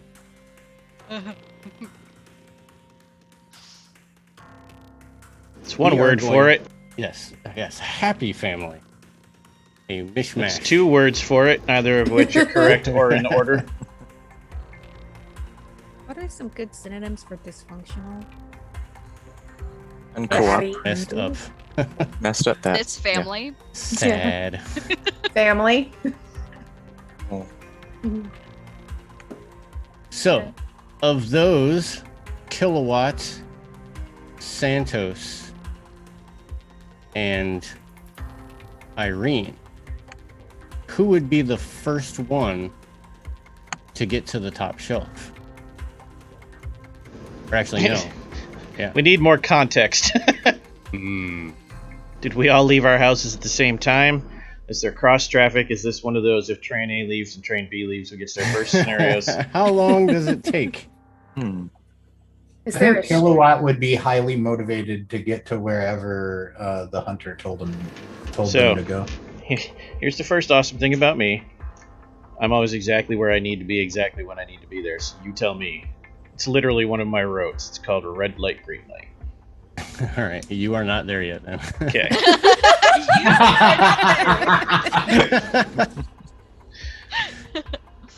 You will get there when you are needed. Exactly when you are needed. Exactly. As a wizard does, yes. Yeah. So Irene has a dot in drive, and she feels that dealing with Chicago traffic is preferable to dealing with Chicago people on the subway. Not because people are unruly, but because you don't want to irradiate them. Yeah, and like people don't like Prometheans. They don't know why. They just don't like them. So Irene tends to avoid crowds whenever possible, so she will drive herself, however long that takes. All right, so the first one to arrive will be Kilowatt. Once you hit the downtown area and you follow the address given to you by Macintosh,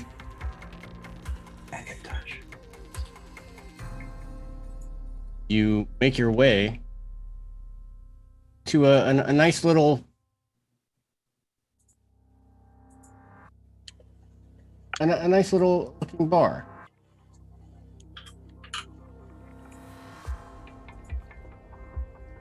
And as you walk inside, although the sign says open, there's only one person sitting in there. Is a elderly woman. Not very, very old, but getting up there. She's sitting there smoking a cigarette, sitting at the bar having a drink. Quick canon question. Did it reform itself, or is it still split into 3 wings? It is still split into 3 wings. Okay. It will not reform itself yet. It is exactly as it was left before. To include the kiddie pool.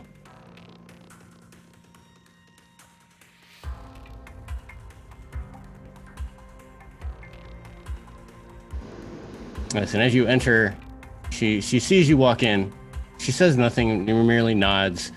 She puts a hand out to one of the stools at one of the main bars. And when you walk in, this bar is very interesting how it has the main drinking bar, but then it shoots off into it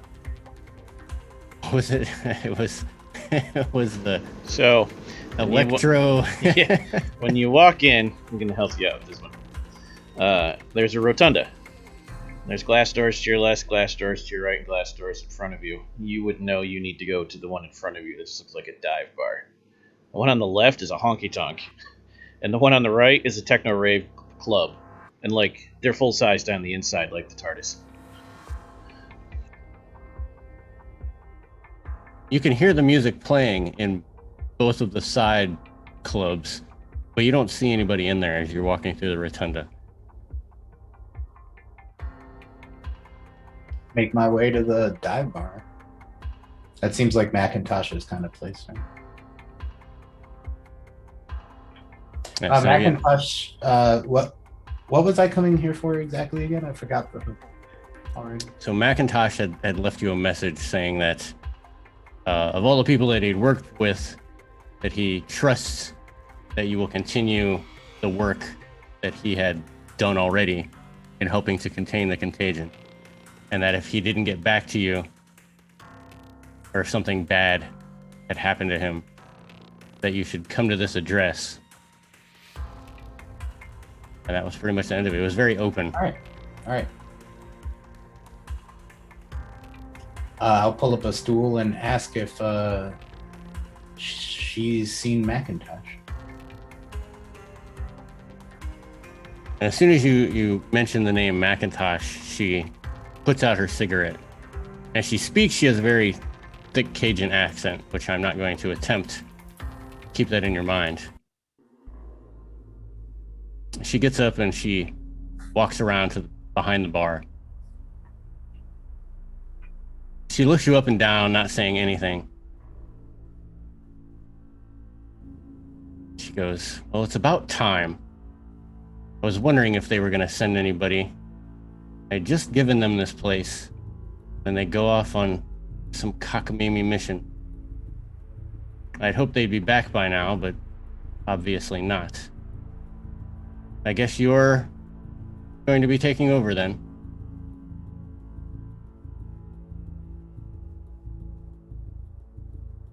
Macintosh said I should continue their purpose. So one I of my take it- praxes, by the way, is Pierce Deception, and I would have totally put that up before coming here. I Okay. don't know if that's like a constant thing. I think it is. Also, what does his peripheral mage sight show him of her? Mage shite. We're on the right track. Mage shite. Yes. Well, The mage shite. So yes, because of your mage sight, this entire building is magical. From the kiddie pool sitting in the kitchen just off from the bar, to the walls, to the drinks on the shelf. And when you look at the woman, you see immense magical energy running off of her. And as you've had to deal with mages before and other beings, you know, some try to hide it, given a mage's mage sight.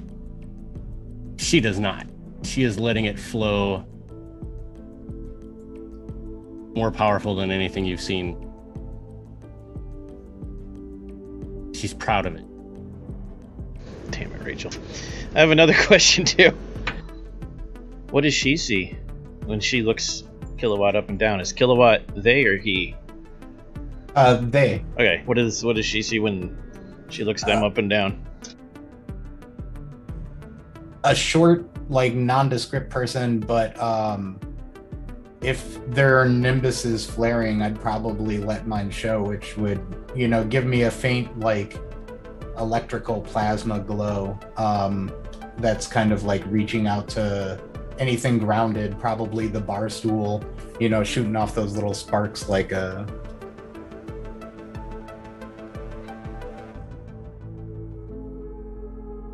Like the actual Nikola Tesla from Sanctuary. Yeah. Minus the vampire part. But yeah. Sure. For now. For now. Are those two things compatible in this game? Because that's scary. There's a rule for that, but I don't remember what it is.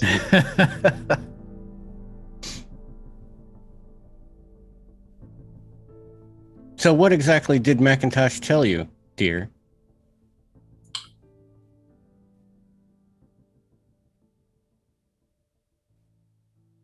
They were going to the hedge.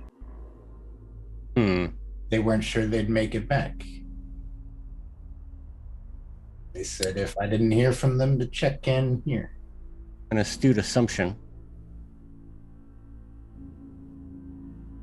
I was hoping that they would not go so quickly, as there are many things to handle here in Chicago. However, it was their choice. So I guess you will be taking up the mantle. I had hoped that you would be the first one here.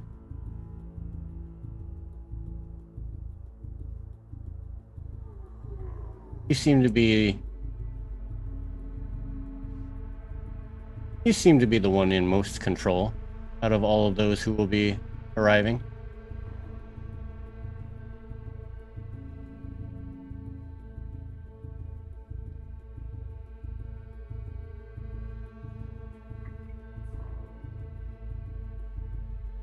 But we will talk of business once the others have arrived. First, would you like a drink? Yeah, just water. Thanks. Oh no, dear. We don't serve water here.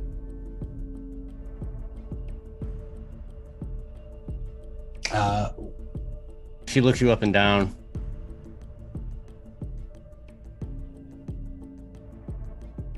And then she turns to the shelf behind. What is Corey's favorite? Well, do you partake in alcohol? I guess that would be Actually, I was gonna say I haven't drank in like 20 years. So okay. What would your most favorite drink? Doesn't have to be alcoholic. Look like?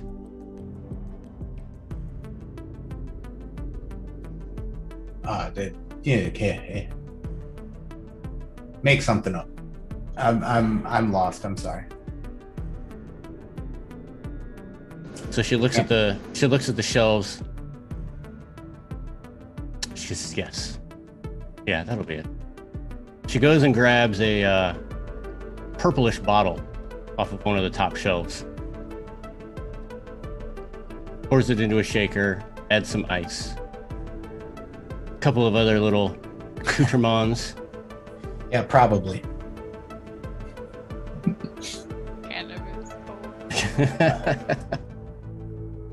Irene or Rachel was joking there that it should be a cannabis soda. That's probably right. Next thing being manufactured. Just you wait. It's already on the market. She does a little slice of lime, some lime juice. Chicago's behind the times, though. They just legalized It's here, true. so And shakes it up, pours it into a nice martini-looking glass. And as it sits there, you smell the kush. nice. But as it continues to sit in that glass, you see that the purplish liquid swirl. It's like a glittering swirl within. And as you go and grab the glass, it shocks you, which is surprising. As you go back and grab that glass again, you feel the shock. But it's a good shock. She says, now, dear, just hold on to that. I think, yes, I do believe we have another. Don't drink that just yet. In that case, do you happen to have some water? Oh, I suppose. She goes into the kitchen real quick and gets a glass of water out of the tap. It's good enough.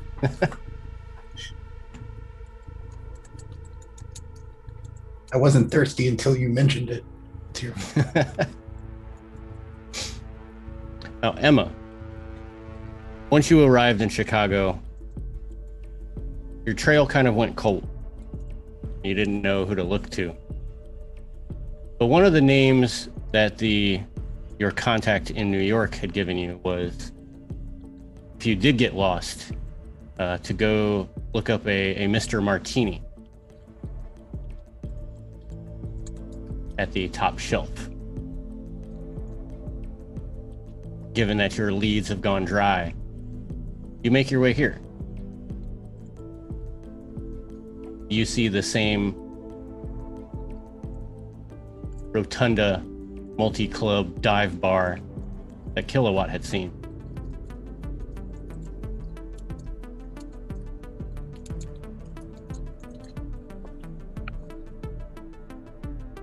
But do you enter?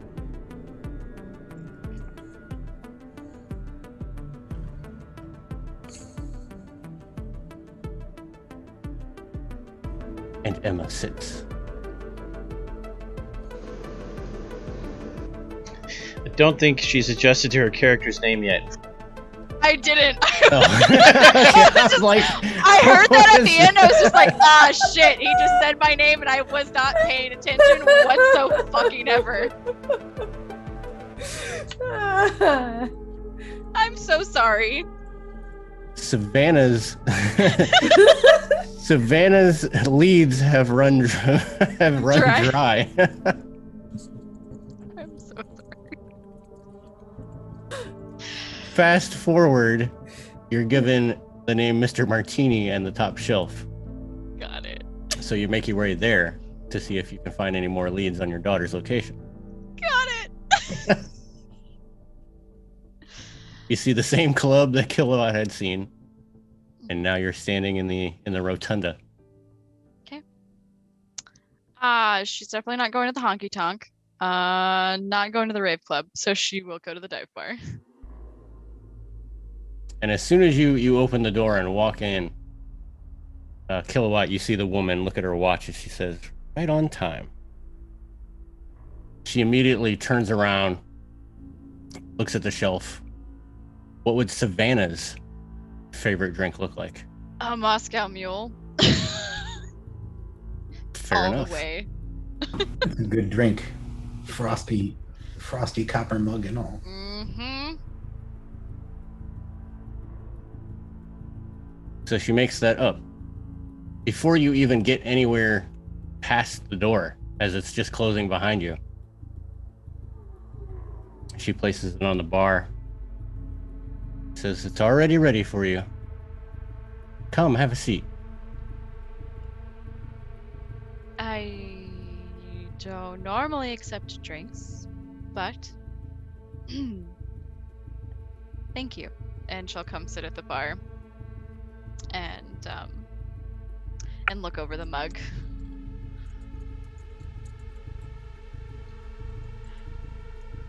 She What do will you look say, like? "Yes, what do you look like?" Like this? No. Which side of me? What would Kilowatt see?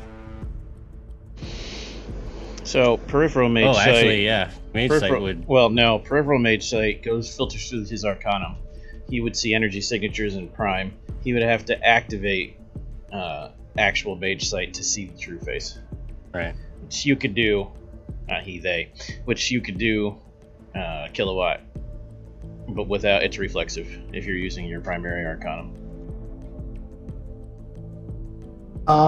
What would what would a normal person see Emma as? A normal person would see Emma as a she's dressed in all black,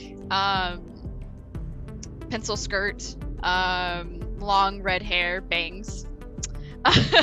She wears long gloves, and she looks very perturbed almost. Like she's, I don't know if hunting is the right word, but she is focused on something. So yeah. a white, tall, 30s, 40s-ish year old woman.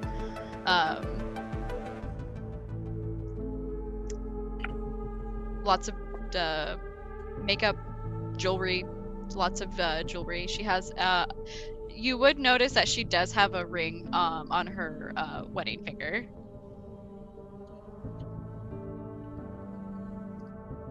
On top of her black gloves. This is a key thing. Not key sama thing. I was just like, a key item.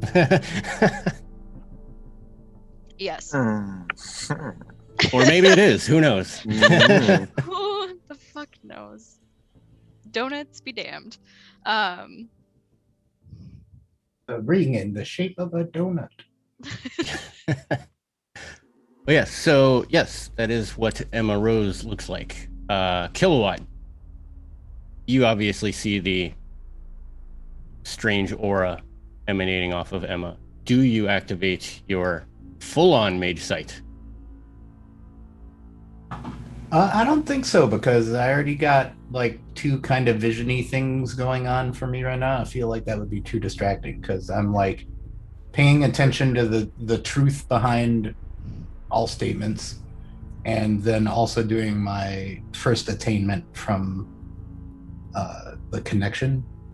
So like kind of trying to tap into any nearby transmissions of information. Okay. See where they may or may not be coming from. Yeah, no, not mage sight. Damn. Yeah. I have a whole description written up. No. However, the woman sees you for what you are. So what do you look like? What is your true self? Her true self, she still has the flowing red hair, but it's heavily streaked with paper-like, with paper, essentially, with like white streaks of paper. Her skin around her torso is like old paper, like yellowing around the corners and stuff like that, crinkled, and she is like head to toe, from like what the woman can see, different languages written all over her body.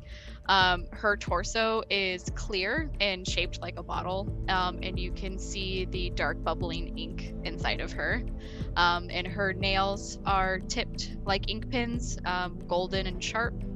And her eyes are dark. Her eyes are black, and her irises are like flames, red and orange. So that's what she would see.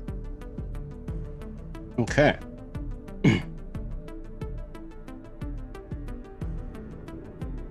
Sure that right about now, this is when Irene would show up. Not really knowing why. But you see this same bar as everyone else has seen so far. Strangely enough, the building itself gives off a slight bit of radiation. So it is very welcoming to you.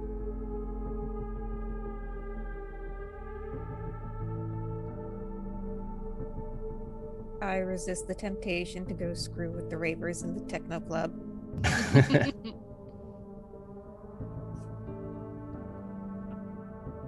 So you head to the dive bar? Mm-hmm.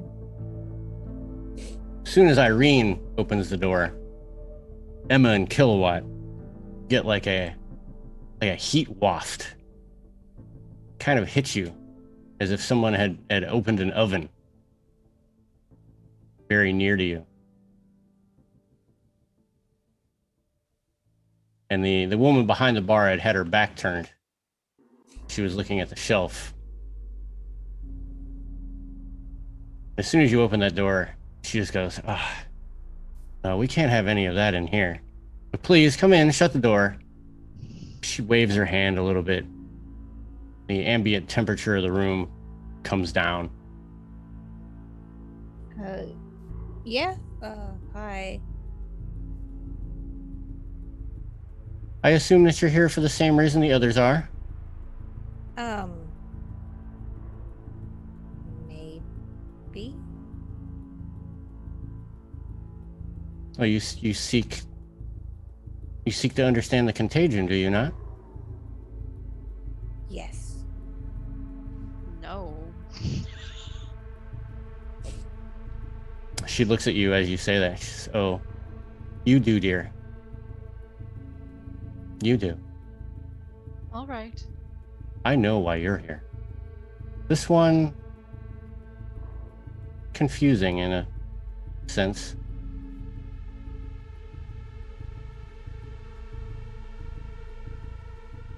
Right. Should I leave? I feel like I should leave. No, come, sit. Okay. We're only waiting on one more."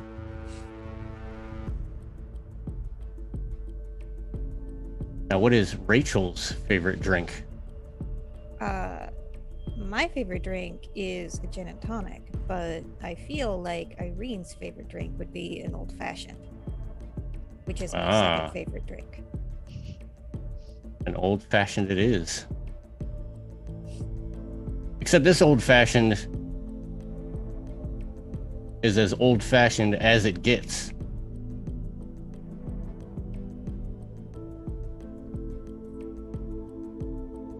In a very, very old fashioned glass.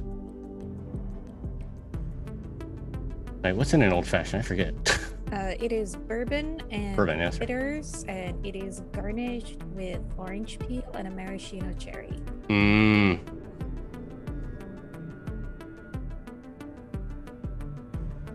So this bourbon that she pours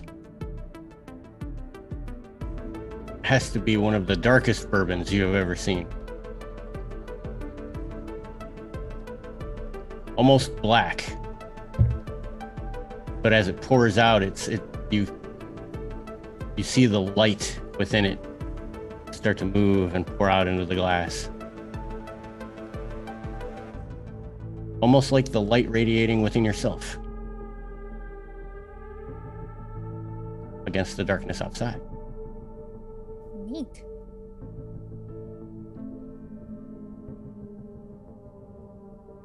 She finishes up the garnish with the orange peel. She goes, "Oh, I don't seem to have, oh, well, hold on a second."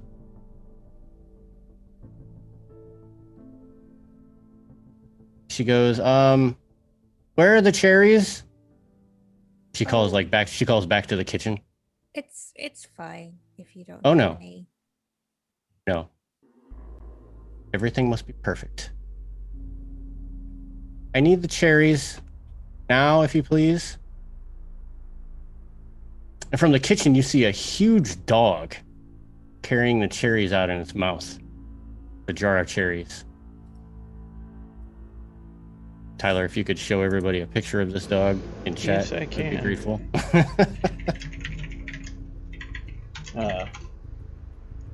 Rachel, while you're waiting, it's Mouse.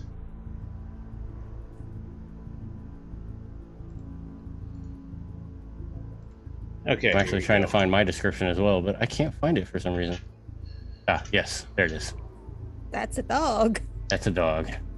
It's Mouse from Harry Dresden. It's a food dog. It is a foo dog.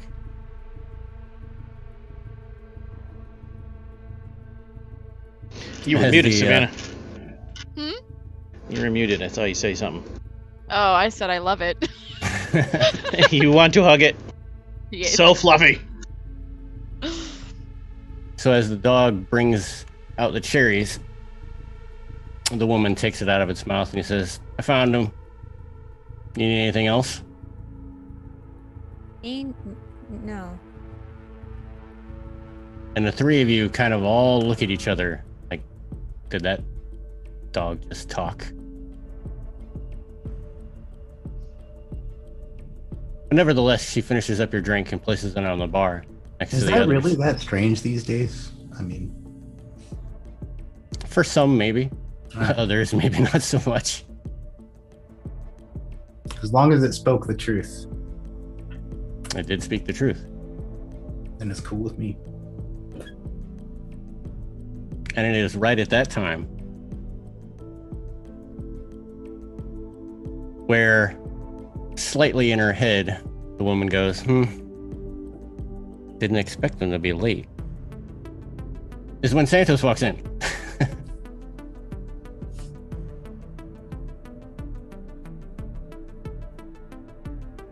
What does Santos look like? He's limping, and it looks like he favors his right arm, but you can't tell any obvious reason why. He's also talking to something on his right that isn't there. He's probably 5'11". His hair is black, but it has like white streaks in it, you know, the kind you get when you've been terrified a few too many times. And there's blackness emanating from his eyes and out into the veins that go back into his head, like the veins are infected with something. Probably dried blood coming out of his ears, maybe his eyes. And he has weird tattoos on his face. But clothing-wise, he's a nice dressed dude. He's got the Constantine trench coat, except it's black. Fancy jewelry. Combat boots, nice pants.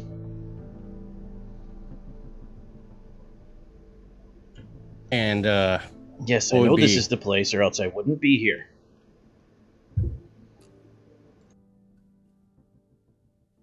The woman looks at you and says, Oh, and for Kilowatt, yeah, his nimbus is shot through with like writhing shadows, and it makes you feel like disassociation, like detachment, and you're surrounded by malevolent strangers.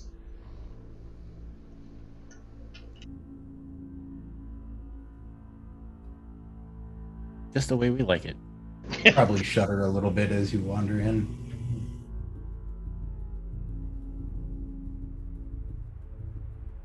The woman just looks at you and says, "Ah, Santos. Same old Santos. Will it be your normal?" Yes. I have a real fucking good story for you. Shut up, I'm gonna tell her. Story for you this week. I would never expect anything other. Have a seat. She goes to make your whatever the weirdest drink possible. It's probably not even on the top shelf. It's probably to them it would the look bar. pretty. To them it would look pretty normal because you're asking what the player's favorite drink is. So that would be Macallan Reflection, 25 years, 2 fingers on rocks, not ice, whiskey rocks. Straight up. I repeat that word for word. Yeah.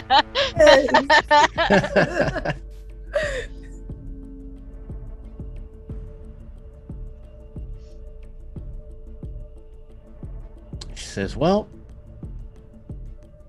the 4 of you are here. Whether you believe that it's by your own volition or not, you're here for a reason. I was hoping to expect 2 others, but it seems that they are caught up at the moment.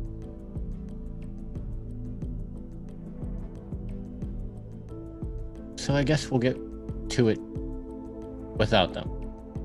We'll catch them up later." You found another mage. Looks a kilowatt. Well, given the times, they're not too difficult to find.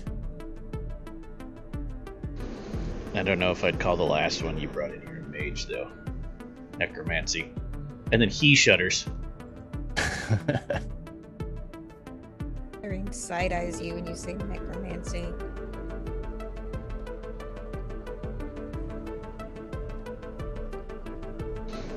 Now remember, it was not me that sought you out, but you that sought me out.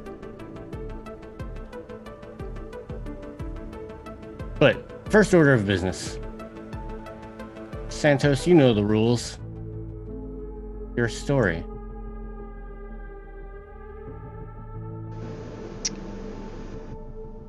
So, this is we, even though it's just him.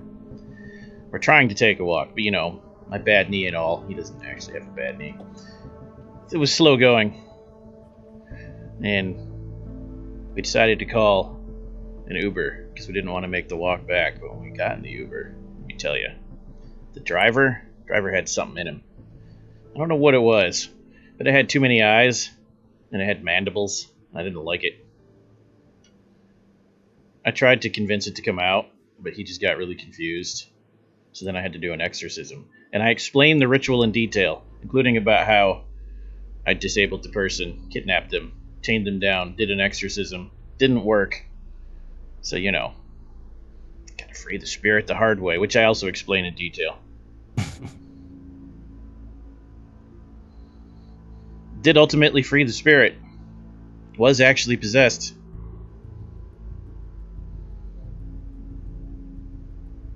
And I trapped it. And then I trapped it in this amulet, and I handed her an amulet.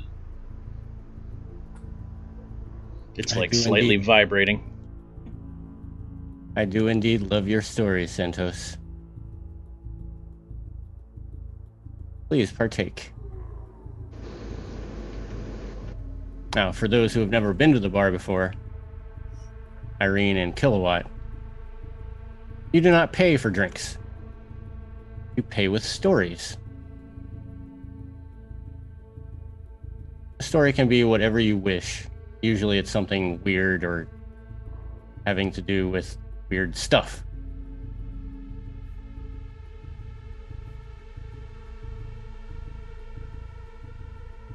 All right, so Irene's story starts out, no shit, there I was. And she probably tells, let's see, she wouldn't want to tell a sad story to people that, like, she's just met. All I have is sad stories. Aww. Yeah, so she probably tells a war story. Like, no shit, there I was. Let me tell you about the time I met Oppenheimer. Okay. While you're telling the story, I'm like, warming my hands on you like you're a campfire. Yeah, Yes, Irene is slightly glowy. Somehow you are a little less glowy than normal since you've walked in. Something in the air has buffered you a bit, making it so that others can enjoy the drinks and not Okay, so not I the don't glow have of the to wear sun. my lead underwear here. Yeah. So as you rattle off your story, she shakes her head and goes, "This is your first time. This will suffice. Please." She points to the drink down in front of you. Take a sip. And keep in mind, this is the best drink that you have ever had. And for that, it is so good that once it hits your lips, your Promethean lips, you remember one split second when Irene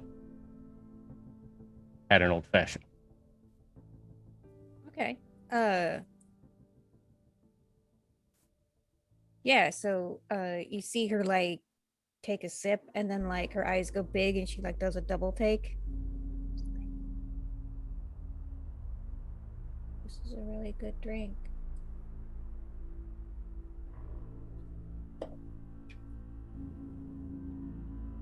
And the woman just goes, ah. Then she looks over to the other two. So?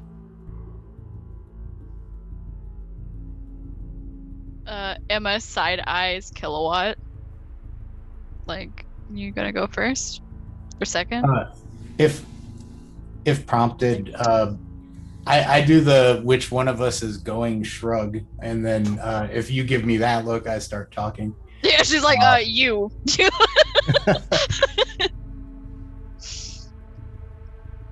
Well, at least until I know y'all better. I'll tell you what I told you on the way in. I got a voicemail a few days ago from someone I haven't talked to in years. Their name was Macintosh. That guy keeps trying to stab me. They told me they were going somewhere and they weren't sure they were going to make it back, and if I didn't hear from them, I should show up here. And that they trusted me to finish what they were working on, or something cryptic like that. So here I am, ready to share this drink with y'all. Yes, Macintosh wasn't exactly good at giving clear instructions. Or his job. She actually laughs. I look at Kilowatt. You know how many monsters are his friends? Yes, your character We all would make some know that. straight fellows. Yeah, Kilowatt would know that Macintosh was a hunter. So his job was to hunt down monsters, and yet he worked with a lot of them.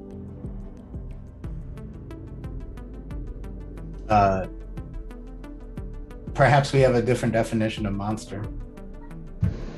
Well, there's this one guy he worked with most recently that would, like, summon up dead spirits and then chain them to objects to make himself more powerful. Pretty sure that's a monster. Like, you know, your grandpa. It's getting real awkward about where this conversation's going. Emma will look at the bartender. What story exactly are you looking for? Oh, nothing too exotic. This is your first time. Merely something that you wish to share about yourself. We're all friends here. I turn on Active Mage Sight. I look at Emma. Oh, your stories are gonna be good. Like, she, like, gives, like, that, like, half, like, curled smile at, like, what you just said.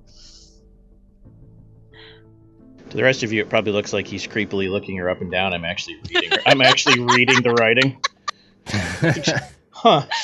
Oh. Ceramics. That's weird.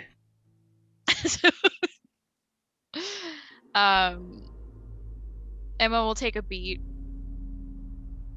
mull it over in her head. Oh, like a beat, like a moment. Okay. Yeah, no. I was like, wait, you're what? I'll Is take this something you can do that I don't know Yes. about? I can do this. I'll take a moment. I expected this from Tyler, but not from Savannah. Yes. You don't think I got this binder out for nothing? No.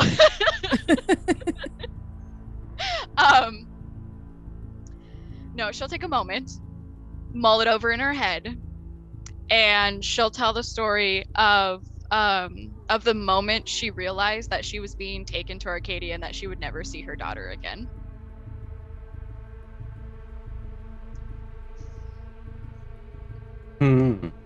Santos weeps a tear of blood for you. That's so sad. Yes, I do feel the same. It is a sad story. However, this is a story that I've heard often. Well, the details are different. The ending is always the same. You're not the first one of your kind that I've had in here.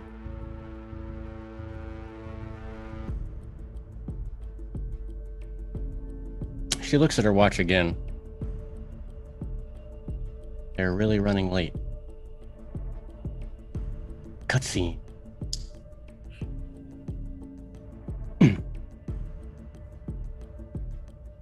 Caro. Your slumber in the Chicago Natural History Museum is nice. I'm not sure what you personally dream of, if you do dream at all. Or perhaps they're just nightmares. Or nothing. It is dreams of Duat A nightmarish hellscape that I will hopefully not remember.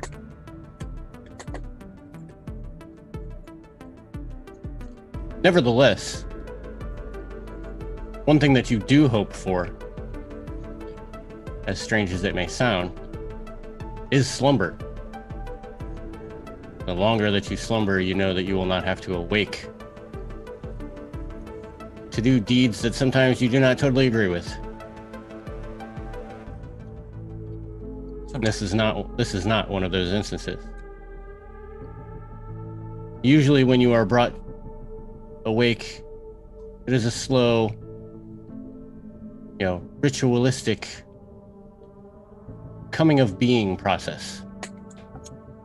This time, however,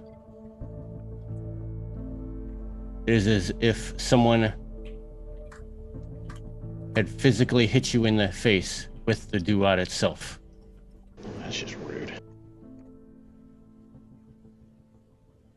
As you open your eyes, like abruptly springing to life, you smack your head on the sarcophagus that you were still inside of.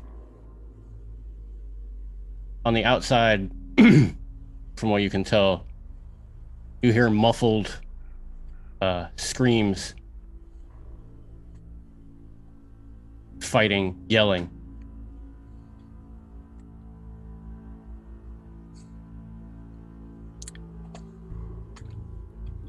Would I be able to tell if anyone's disturbed any of my stuff, my relics, anything of that sort? Yes, Is you this would. Oh, And yes, you do. someone's touched my stuff. Okay. Someone has touched your stuff. Immediately, the rage begins to swell as Karo first punches the sarcophagus to try and get it to open, and then just starts wailing away full force until it opens. After 2 or 3 punches, the stone lid comes unsealed, falls against a strange, unseen force. The force of glass. You find yourself in a glass chamber.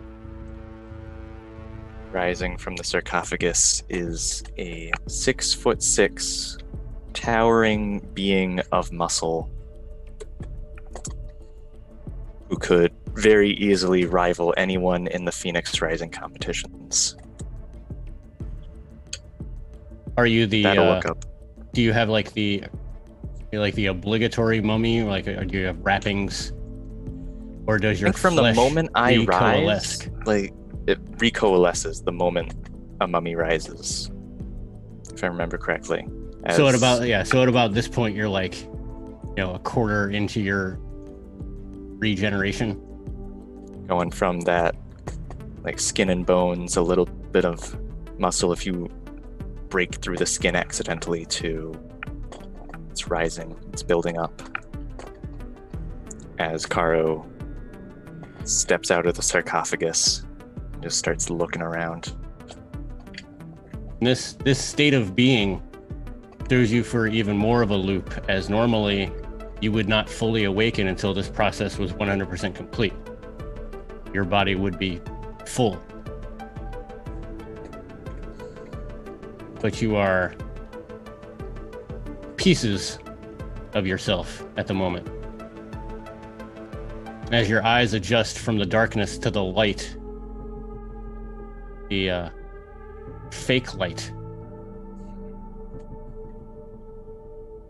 of 1,000 lumens,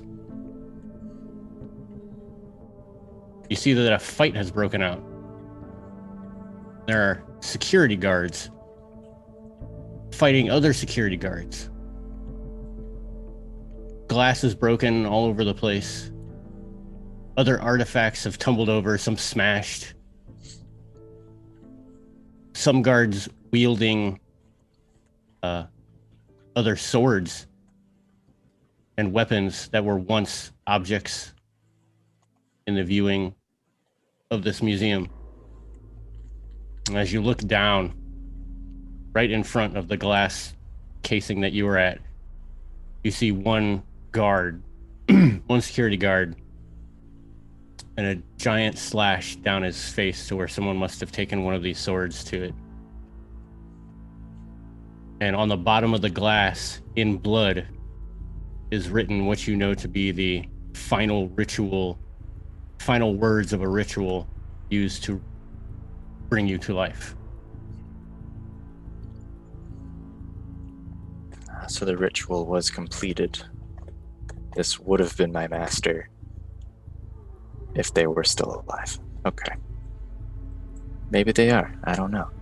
Only one way to find out. And Caro takes a step forward and hits the glass.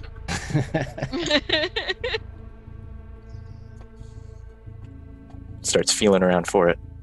Figures out that it's like a sheet and just starts whamming away on it until it breaks. And comes our first roll. Yay. Yay! Punch that glass key. Punching the glass. Okay. All right. Glass punch. All right. Do. Yep. Mm-hmm. Okay. So that's strength. Okay. And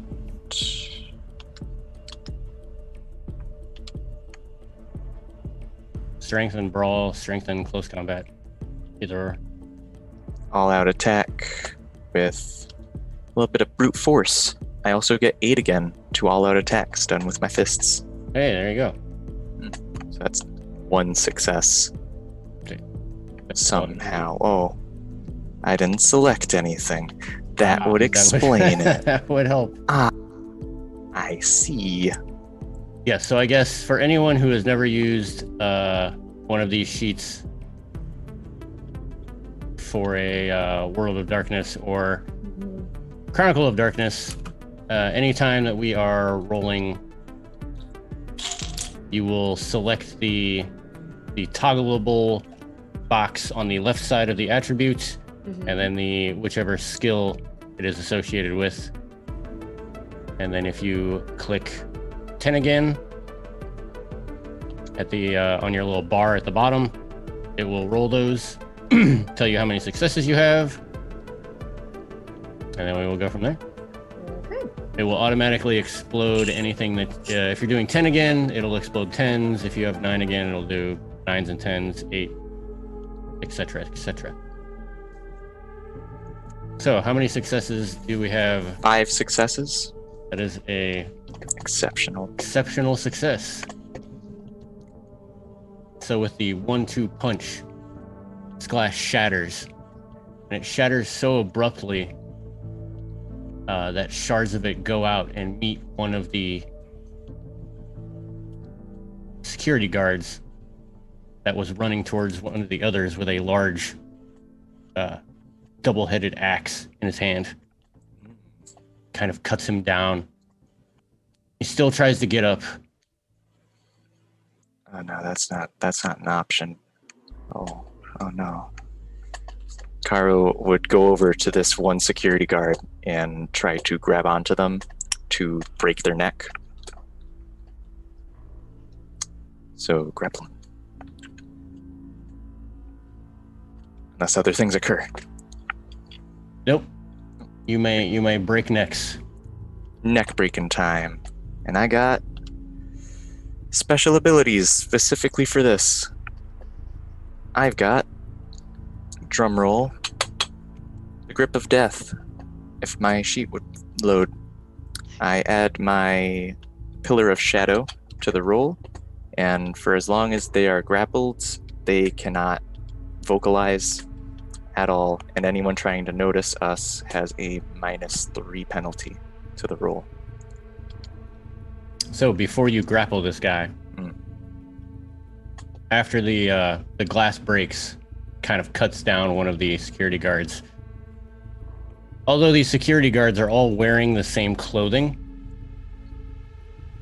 one thing you do notice is different. Some of them, all of them are bleeding in some way or another. Whether because of harm done to them But then you look at some of the other ones that have no cuts or anything like that, yet they're still bleeding. Some out of their eyes, out of their nose, some just out of skin that had been torn, but not by weapons. The ones that seem to be the defenders are bleeding red, while the attackers seem to be bleeding black.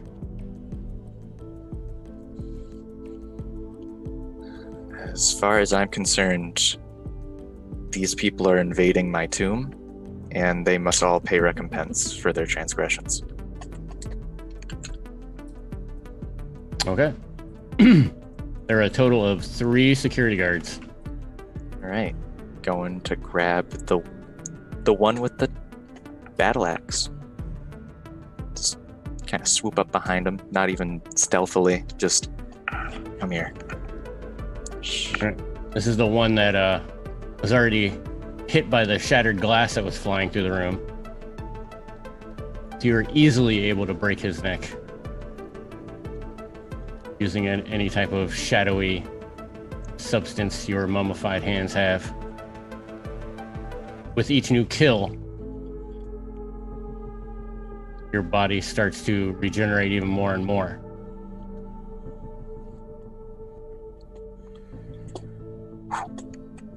As you are finishing this one off, slowly, kind of devouring his essence to fill you up, you hear one of the security guards yell to you, and they yell, "Master, they are defilers. They were once of us. We did not mean to wake you so early, but we knew of no other way."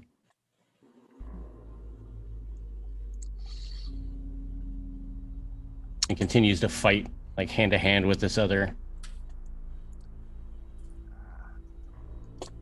This is very unfortunate for every cultist nearby. For when a mummy awakes, they have memory 0. They're automatous. They just act on instinct. For the scene, everybody's gonna die if they don't leave my tomb. Don't even tell them. Just yelling in the original language that she knows. She just starts yelling, "Get out." Maybe the cultists will know. Maybe they won't. That's up to them. As Caro picks up the battle axe and charges in, swinging. So I'm not going to make you roll any type of roll for this. You are able to clean house with these guys very easily. Neither of them seeming to respond to anything that you say from out of the old language, if you will. And within mere seconds, there you are, standing in the middle of the wreckage. Yeah, exactly. The wreckage of what used to be the Lost Civilizations room. Oh. And That's a well-made battle axe. It held up yeah, for 10,000 years. expert craftsmanship, clearly. The Dadway in this I'm a lot better is very back good. then. They were much better, much better. People actually appreciated craftsmanship and alchemy. And I am assuming Caro gets a semblance of memory back as the scene wraps up. And the carnage. Yes. Yeah. As the last seconds of carnage, start to waft away. You do gain back your memories of at least who you are and why you, maybe not why you're here in this specific location. Caro starts looking around, battle axe in hand. A mighty battle took place here. I must find my cult. axe over shoulder, just walks out of the museum. Listen, luckily the museum was closed this day.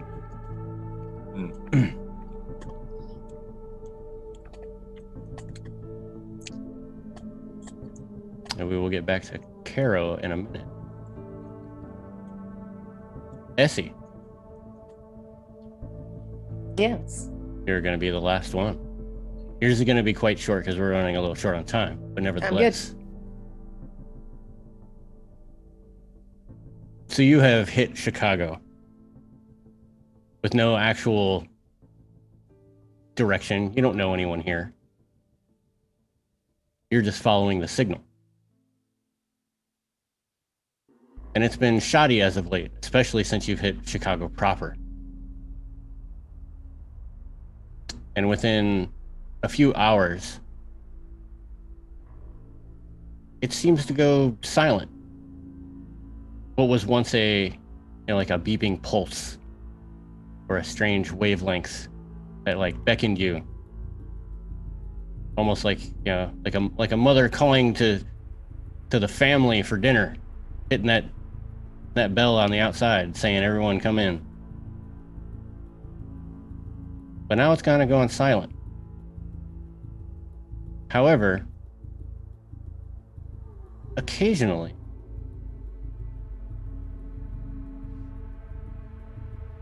you hear something that kind of comes out through the static.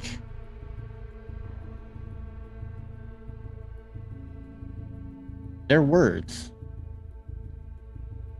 But the words don't fit anything that you know that your family would use. You hear words like, forgive me. Children are selfish. I am beauty, and I am chaos.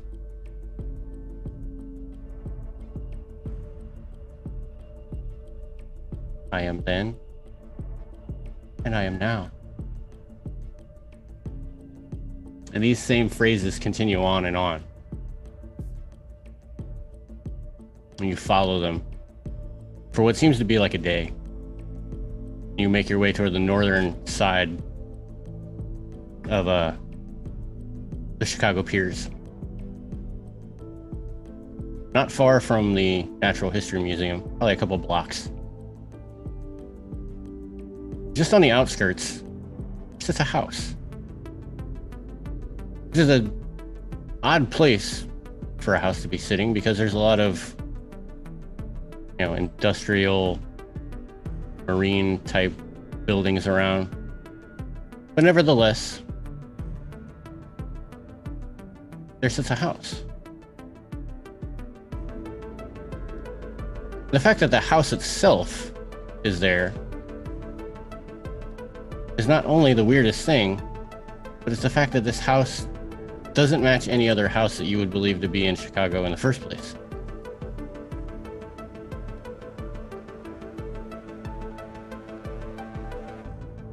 As you come up on this house,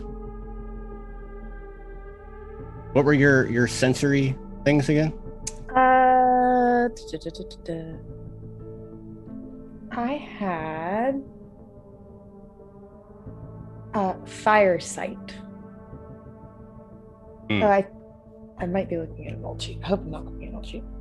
But fire sight, by altering the humors of the eye, the created is able to perceive infrared frequencies of light, seeing heat signatures. So the house looks abandoned, as far as it doesn't look like it's been lived in, but it doesn't look dilapidated.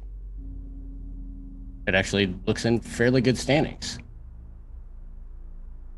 Yeah, it seems to be a nice 2-level dwelling. Something from like the old English style houses, a nice house. But when you look at it with your eyes, you don't see very much infrared heat coming off of the upper portion of the house. But you notice that the house goes much, much deeper than what it seems. Almost infinitely.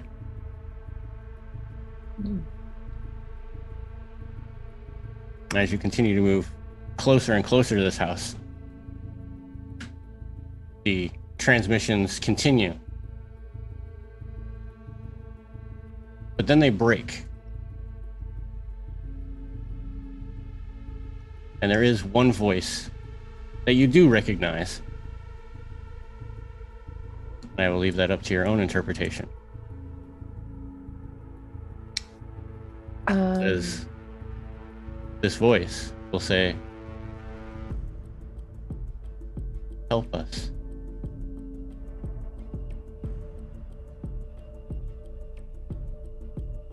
Immediately, Essie would imagine that those are the other models, if she recognizes them. And those voices are coming from inside of the house, in that deep area of it. What you do believe, that is what you believe. Essie is immediately drawn to that and is looking to see if there are any entrances to the house other than the doors, like anything, like, you know how like there's like those little areas like where you could like crawl through it and there's a basement. From what you can see, other than the front door, there is nothing.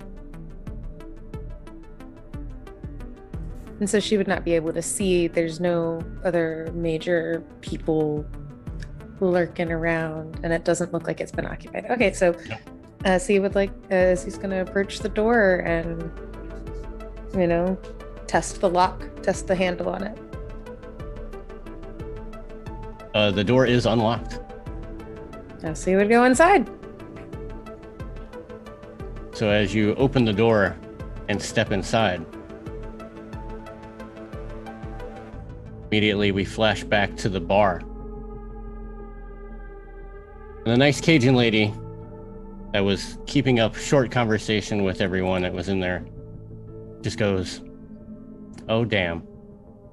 I was hoping she wouldn't go in there yet." And that's where we're going to end it. Okay. Oh, great. Great. I wanted you to go in. She didn't want you to. That was good. I was gonna go in. If my sisters are in there, I'm going to get them. I am expertly railroading everyone for at least the first or second session. Then it'll open up to much much broader, so I can get everything set up.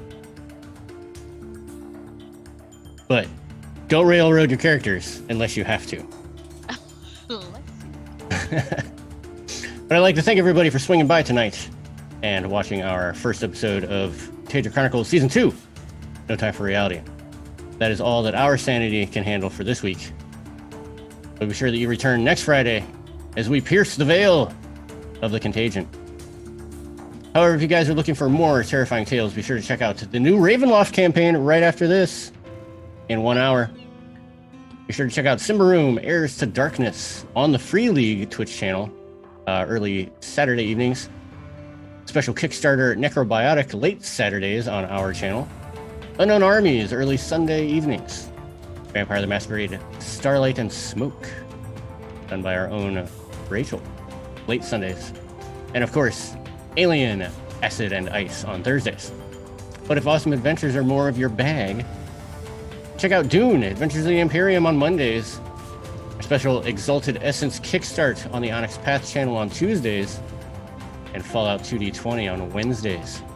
Sure to check out our calendar for all of our other terrifying tales on Awesome Adventures, because what? Onyx Path Con is coming. So make sure you guys check out our calendar for that, as many, many shows will be spread all over the Twitch realm. But yes. Also, ensure that you guys check out our website, verbal.tales.com, to see the calendar, all of our social media links, recaps, and links to our partners and affiliates. And before we go, let players tell everyone who you are, where they can catch you next, and cool things you do outside the show. Hey, my name is Rachel. As to where you can catch me next, I will be back here in about an hour playing Ravenloft. I am a Dampier monster hunter. Looking forward to that. And then, as Dwayne said, yes, I will be here running Contagion Chronicle, 9 o'clock Eastern on Sunday. And then the day after that, Dune! It's so much fun! We're gonna get in so much trouble. And then other than that, I do a change in the game over at Onyx Path, and I am playing D&D at Plastic Age Plays every Wednesday. It's season 2 of Extreme Drowess. It's a lot of fun. We're either fighting mind flayers or gods, I'm not sure which, maybe both.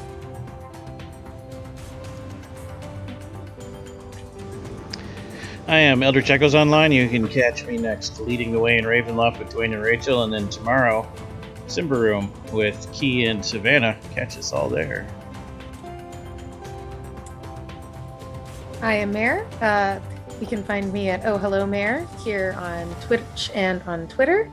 The next time you can catch me will be in our game on Tuesdays at 5 o'clock starting in June, which is almost here, which is kind of The crazy. next week.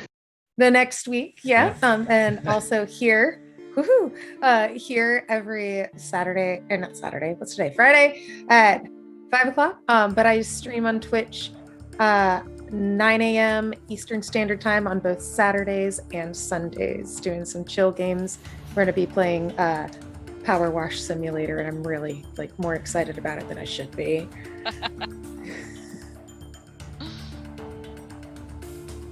Hello, I have been Kisama. I will continue to be Kisama, hopefully.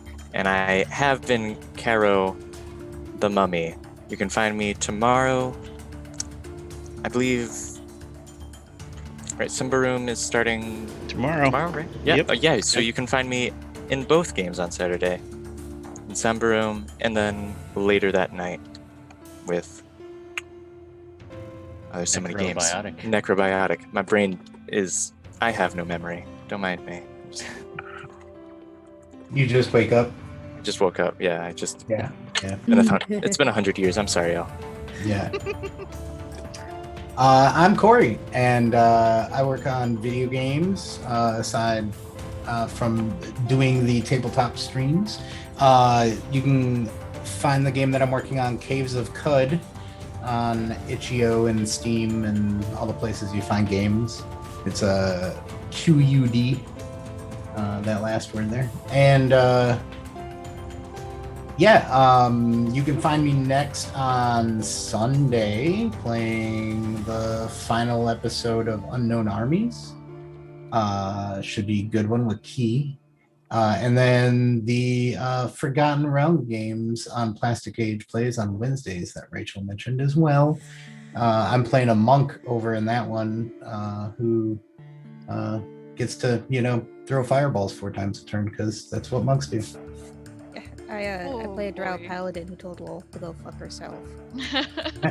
Wow. Somehow I'm still alive. I don't know. We're like 15th level in that game. It's super fun. That's You crazy. should come watch it. And hello, I'm Savannah, also known as Miss Emo Fox. You can find me Twitch, Twitter, Facebook, Instagram, pretty much everywhere. You can find me next immediately in about an hour on my own stream playing It Takes Two, playing with a good friend of mine.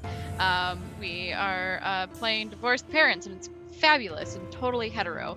And then after that, you can find me on Saturday in Simba Room, and I'm very excited for that one. I wish I could play more on Vorpal, but work has other plans.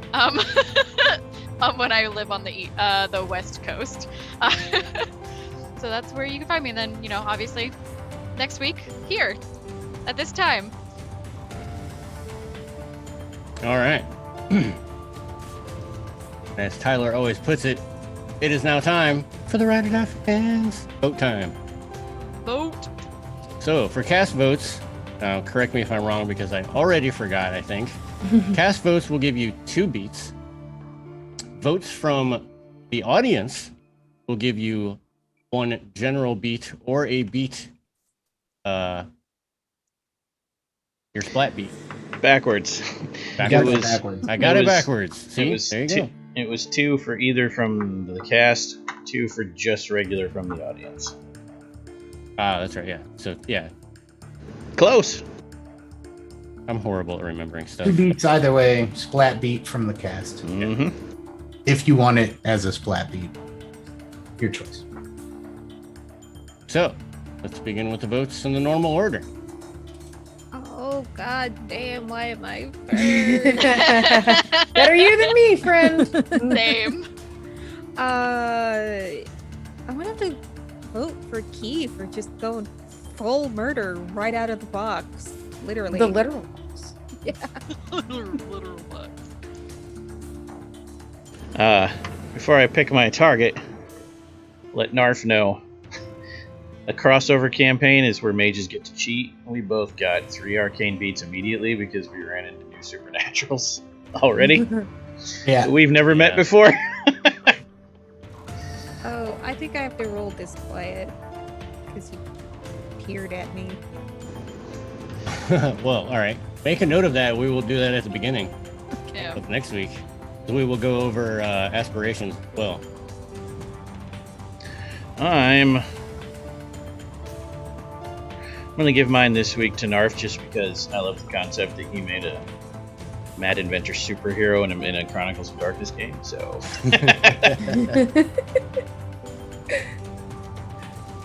Someone needs to try to bring light. Yeah.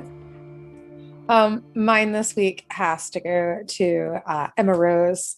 Oh, you're a grandma. You're a grandma. Like literally that moment alone. Like told it. That was the moment I knew I was giving you the point. Even though that's technically storyteller, I'm giving it to you because your reaction. I'm a grandma. Oh, You're a grandma. boy.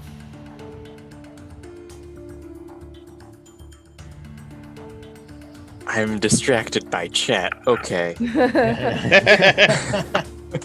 Because chat loves you. Yeah. And I loved Santos this session.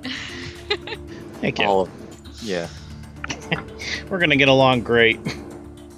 Yeah.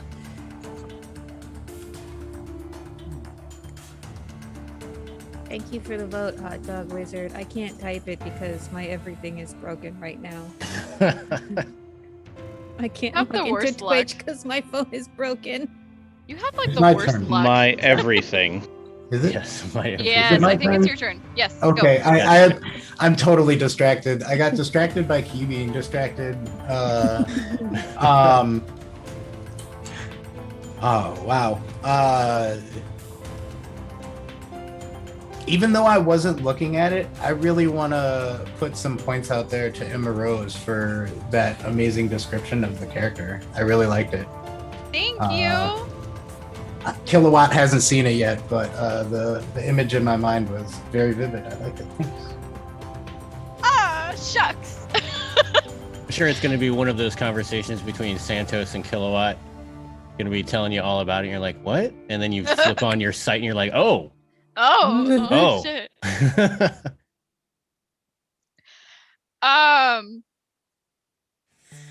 So oh gosh, like I have to give my point to Key because just that description of like 6'6" muscular, like busting out of this crypt, I was just like, I'm gonna have problems this campaign. I'm like, there's my problem. There it is. All goes downhill from there. Awesome being awesome to each other. I think everyone was awesome. I know that we didn't get into a lot of roles in this first session. There was a lot of stuff to go over, but hopefully we will streamline in the next session and y'all will get to investigate and understand the Contagion and the bar. We will be going over the bar in the next session as well.